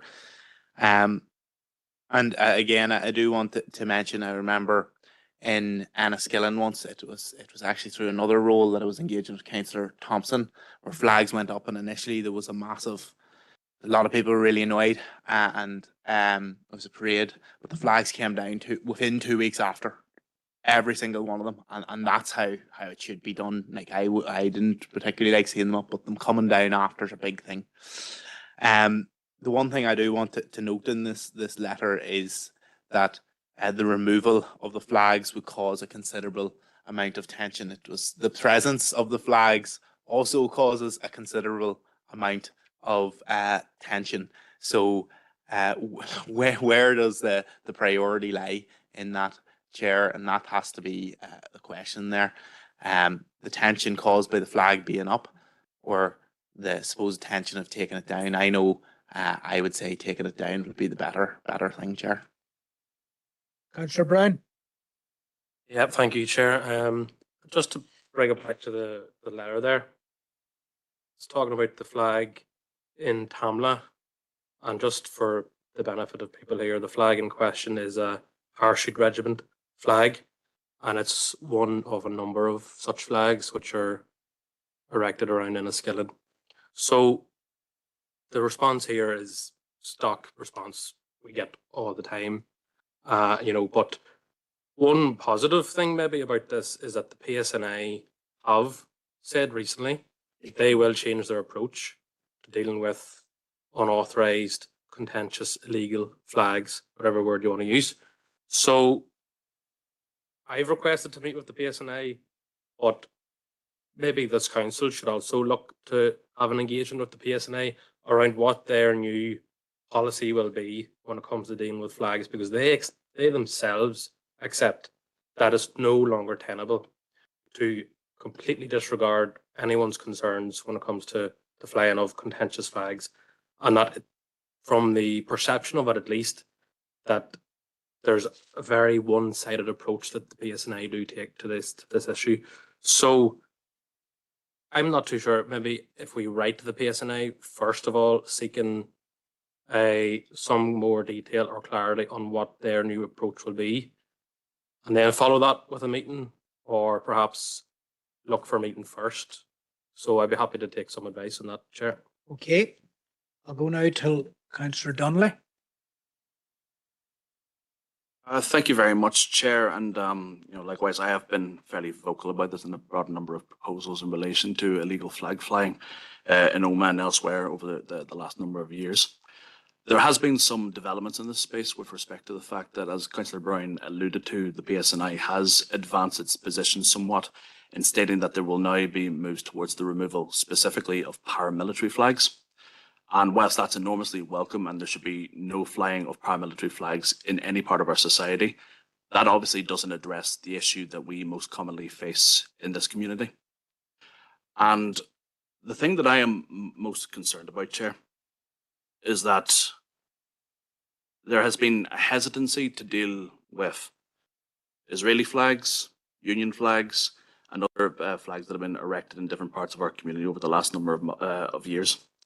And what I have noticed in Omagh is that there are now Irish tricolours being erected in parts of our community that they never were before.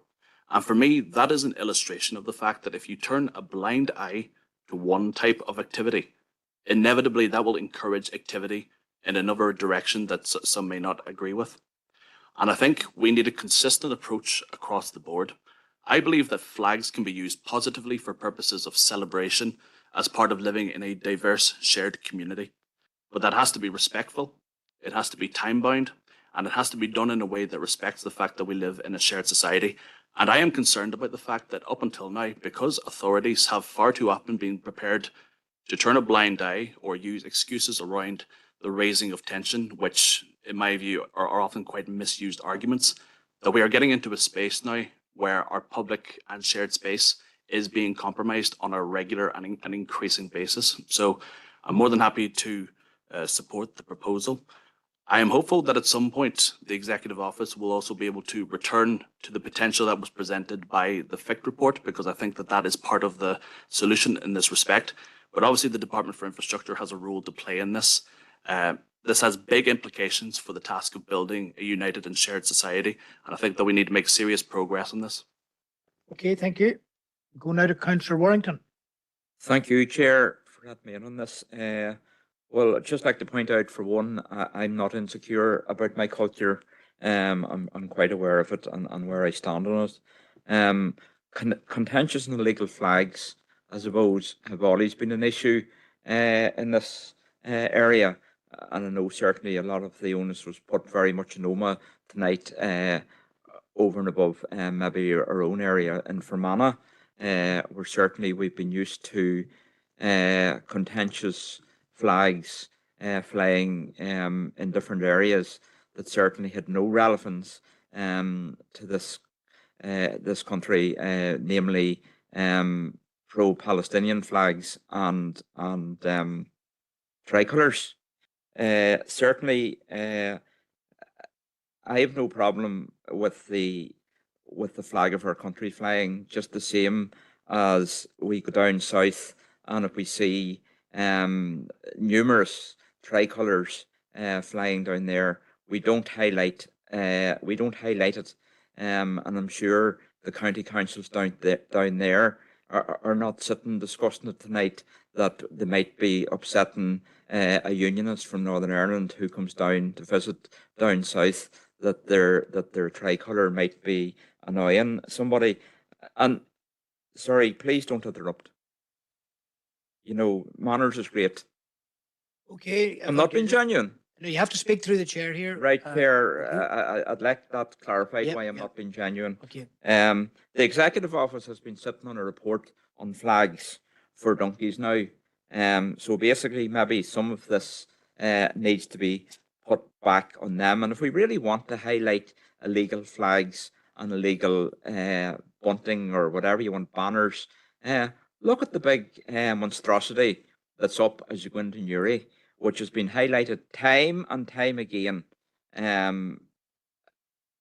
Okay, just I want Councillor Warrington to be able to speak without interruption. Yeah, Okay? well, unfortunately, it just shows the manners of some people.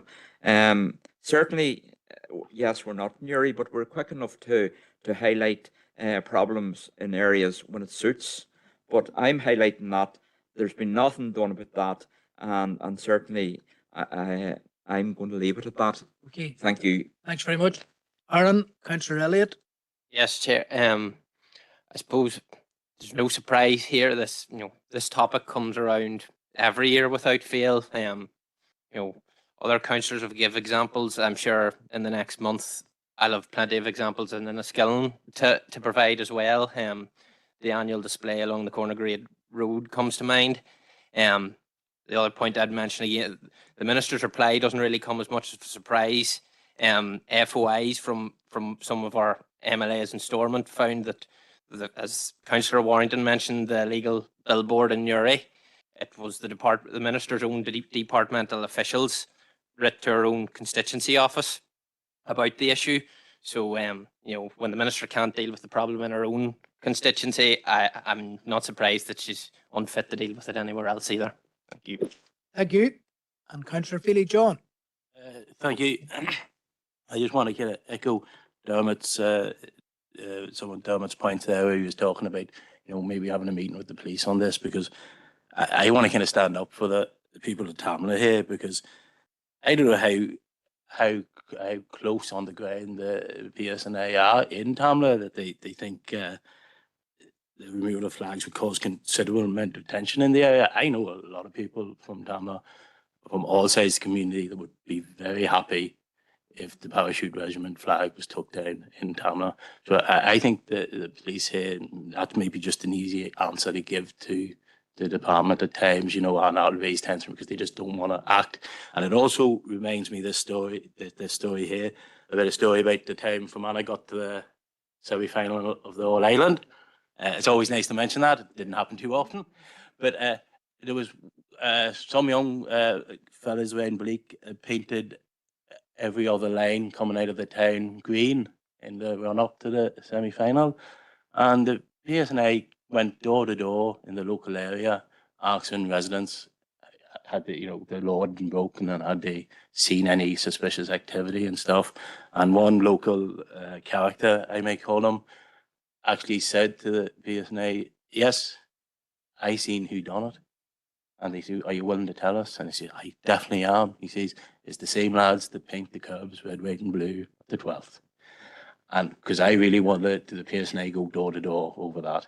So I think a wee bit of a equality and a wee bit of a thingy. But again, I'd want to stand up for the people of Tamla. I think they'd be perfectly happy to see that flag gone. Okay, the way I'm going to progress this is that Councillor Little proposed and Councillor Gannon seconded a proposal, and then Dermot Brown introduced a new proposal seconded by John Feely. So I'll take Councillor Little's proposal first. Is that agreed, members? Agreed. Okay. And then secondly, Councillor Brown's proposal that we seek an engagement with the PSNI meeting, seconded by Councillor Feely. Is that agreed, members? Agreed. Okay, thanks very much. Okay. And I go now to 15.5 and over to you, Alison. Thank you, Chair. A response from the Parliamentary Secretary. It's in relation to the Council's concerns about the establishment of the proposals for the new digital ID. And this is from the letter. It would appear to continue to be a priority, and there's an engagement around it. I'm not sure if the author read about our concerns, Chair, because he's sort of welcoming our interest and grateful for writing about it. Okay. I'll go now online. I'll go now to Councillor Brown in the chamber. Is this the letter from about the UK digital scheme? So that, as far as that was the BritCard scheme. Is that correct? That's the BritCard. Well, like they have announced, the British government announced back in January that they were scrapping that scheme. So I'm confused why there's don't seem to mention in this letter that that scheme's no longer going ahead. So I think they've just they've talked about a public consultation. Is it the consultation about the fact that they're no longer bringing the scheme forward? Is that what that's about? So just a bit confused. And would you propose to note the correspondence? Would certainly. Okay, and I've got a seconder to note the correspondence. Councillor Donnelly, thanks very much. So, could we leave it at that? Do members want further clarification, or we're just happy to note? Okay, seek further clarification. Okay, thanks very much. Now, next up is 15.6. Hey, by the way, see if you look in the right-hand corner of the room, you'll see a clock. Right. It's 9:32 p.m., isn't that right? So, obviously, if I make a judgment call that we're not going to complete the business by 10:30, then the meeting ends at the normal time of 10 p.m., right? So, it's heading in that direction in my mind right now.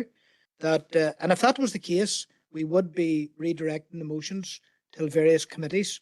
Isn't that right, Alison? If we were to do so, me and Alison is a pre-meeting, She's more guilty than she's letting on.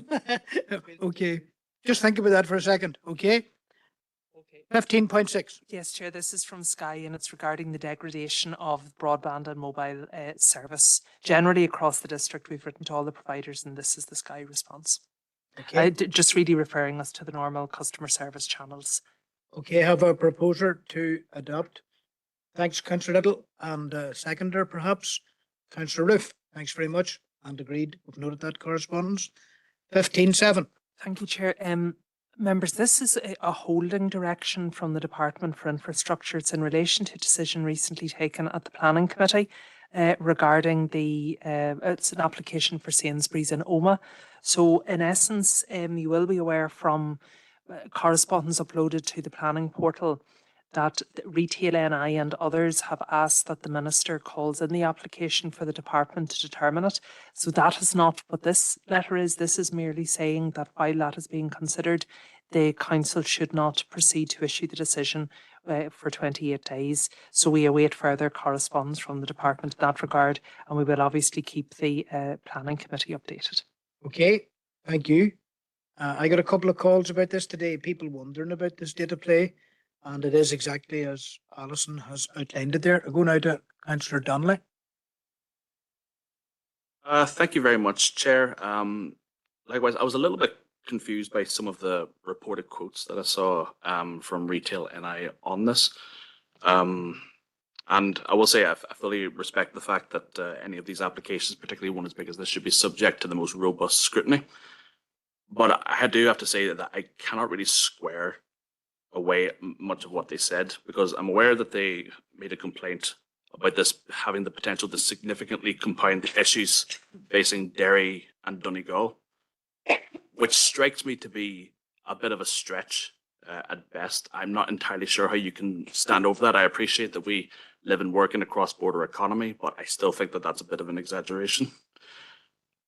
And whilst the reference to traffic volumes is, I think, legitimate, because obviously any new enterprise in that area is going to have an impact on traffic volumes, the reality is that there was going to be a change in traffic volumes no matter what was going to be put on that particular site.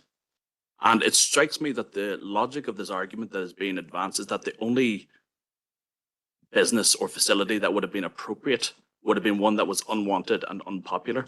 Okay. And that strikes me as being a nonsensical argument. So we await to see what will come back from the Department for Infrastructure on this, but I cannot help but feel that some of the arguments that have been waged on this have been slightly disingenuous. Okay, thank you. And if we could just have maybe less conversation in the chamber. Okay, if we could just. Aye, Councillor Donnelly is noting the correspondence and making his associated points. And if we could just ask councillors to resume their seats, or the chatter can be heard. Okay, over the room. Have we got a seconder for that? Okay. Councillor McGrath, I think, seconded that, noting. Okay. And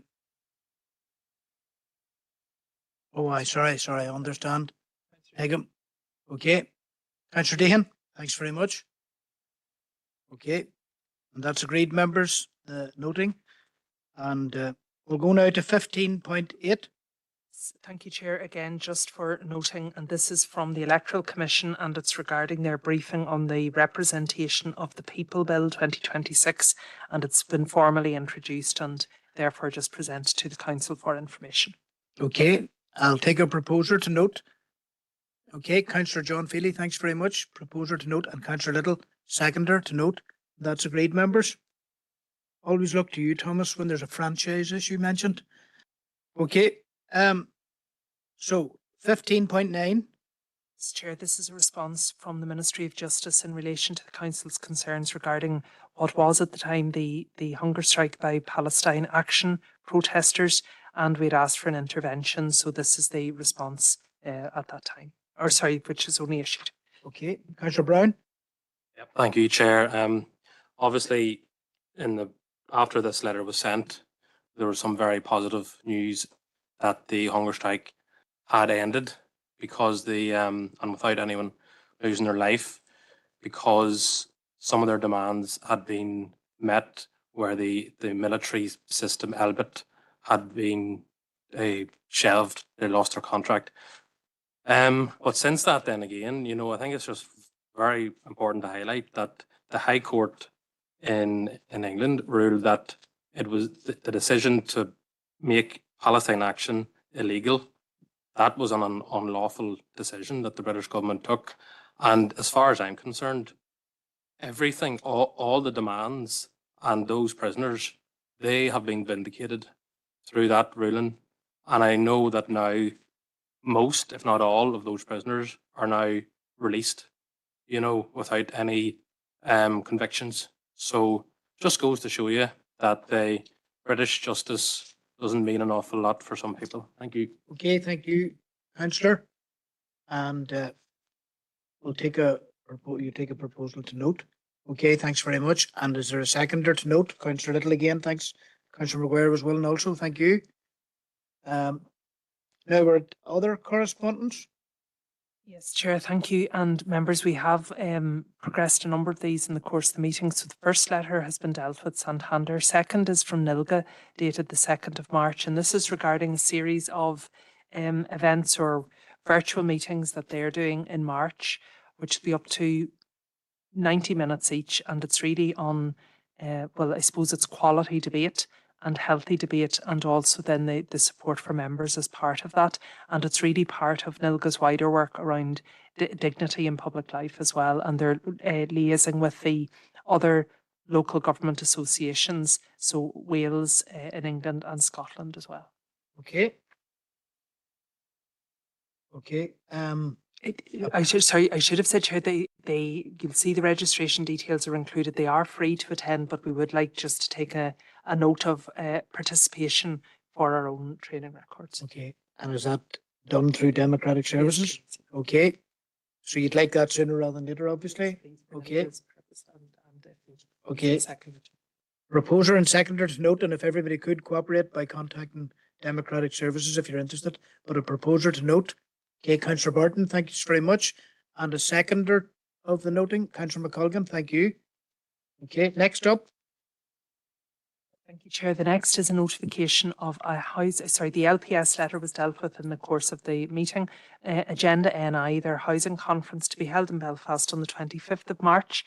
The programme is included together with the cost, Chair, which, sorry, I'm just going to, I think it's just over, sorry, £245 plus VAT. Okay, I go now to Councillor Coyle.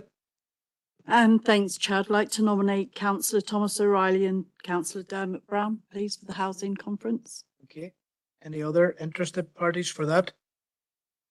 Okay, again, a little bit of time, I'm sure, to contact Democratic Services. Because we do need to get these registrations in a couple of weeks. Okay, so you would like that done and dusted tonight? Okay. If my diary allows, I would be interested in participating, following on from our own housing conference, just to keep that momentum, that interest. Okay. Okay, members. So, okay, any other? Yes, sorry, Chair, just one other item then from the Amman Association for an event, schools programme that is being, that they have managed, and the event itself will be held in the Lough Erne Resort on Thursday the 26th of March, which I know, Chair, clashes with the Rural Parliament, but we've been asked to extend that invitation to all members. Okay, thank you. Again, go to Councillor Coyle. Yeah, can I nominate Councillor Brown, Councillor Little and myself, and I think Nolene's going as diversity champion as well for a wee while. Thanks very much. And if there are other expressions of interest, again, Democratic Services would want to be nominated. Yes, certainly by the end of this week. Okay, by the end of this week. Today being Tuesday, Friday will be the latest. And just to note, Chair, the last item, which was the link correspondence, was dealt with again in the course of the meeting. Okay, that's great. Thank you. Okay, so yeah. So what we're going to do is we're going to take item 16 next. Then, because there's time sensitive stuff in confidential, we'll have to take confidential after that. And I'm going to take a decision here and now to reallocate the motions to various committees. Now, take guidance from yourself, Alison, as to which committees would deal with which. So, okay. Let's do that after when we I'd love to get rid of it. I'd love to get rid of it now. Okay. Okay. 17.1 there.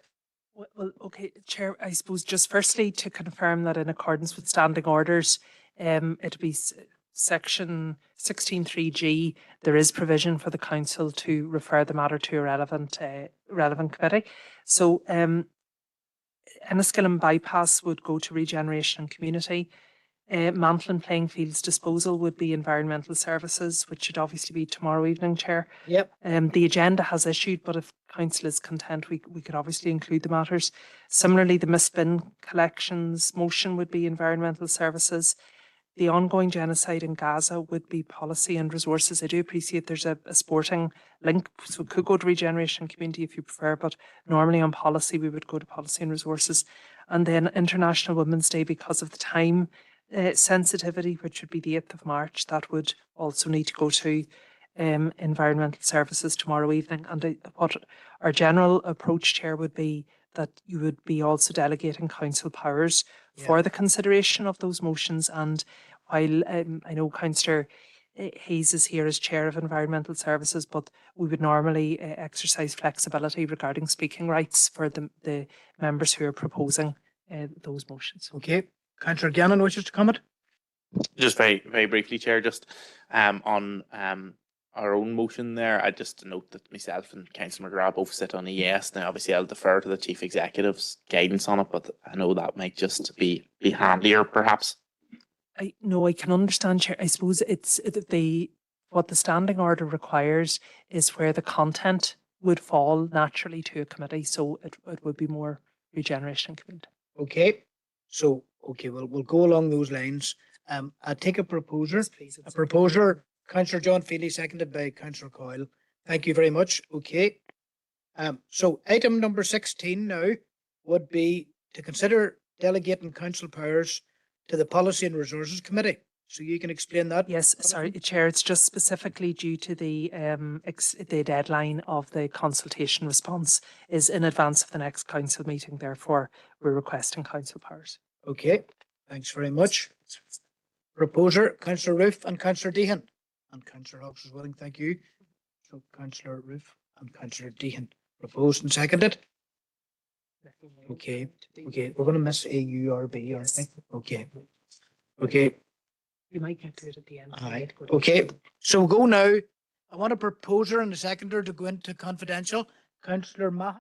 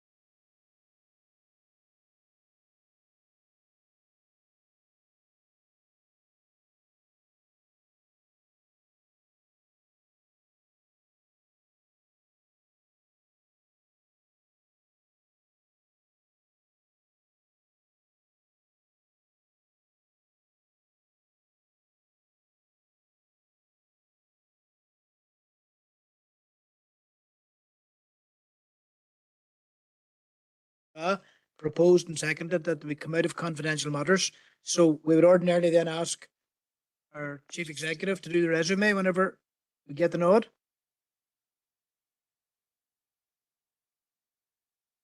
Thanks, Adam. Thank you, Chair. While in committee, the Council confirmed and signed the confidential minutes of the Council meeting held on the 3rd of February, and there were no matters arising. And the confidential minutes of the Planning Committee, Environmental Services Committee, Regeneration Community Committee and Policy Resources and Committees were also signed, and again, there were no matters arising. I should note, Chair, sorry, that the Environmental Services were adopted with the omission of a lands matter. And then finally, the report on the placement of insurances was considered and the recommendations adopted. Okay, so I need a proposer. Councillor Deehan, thanks very much.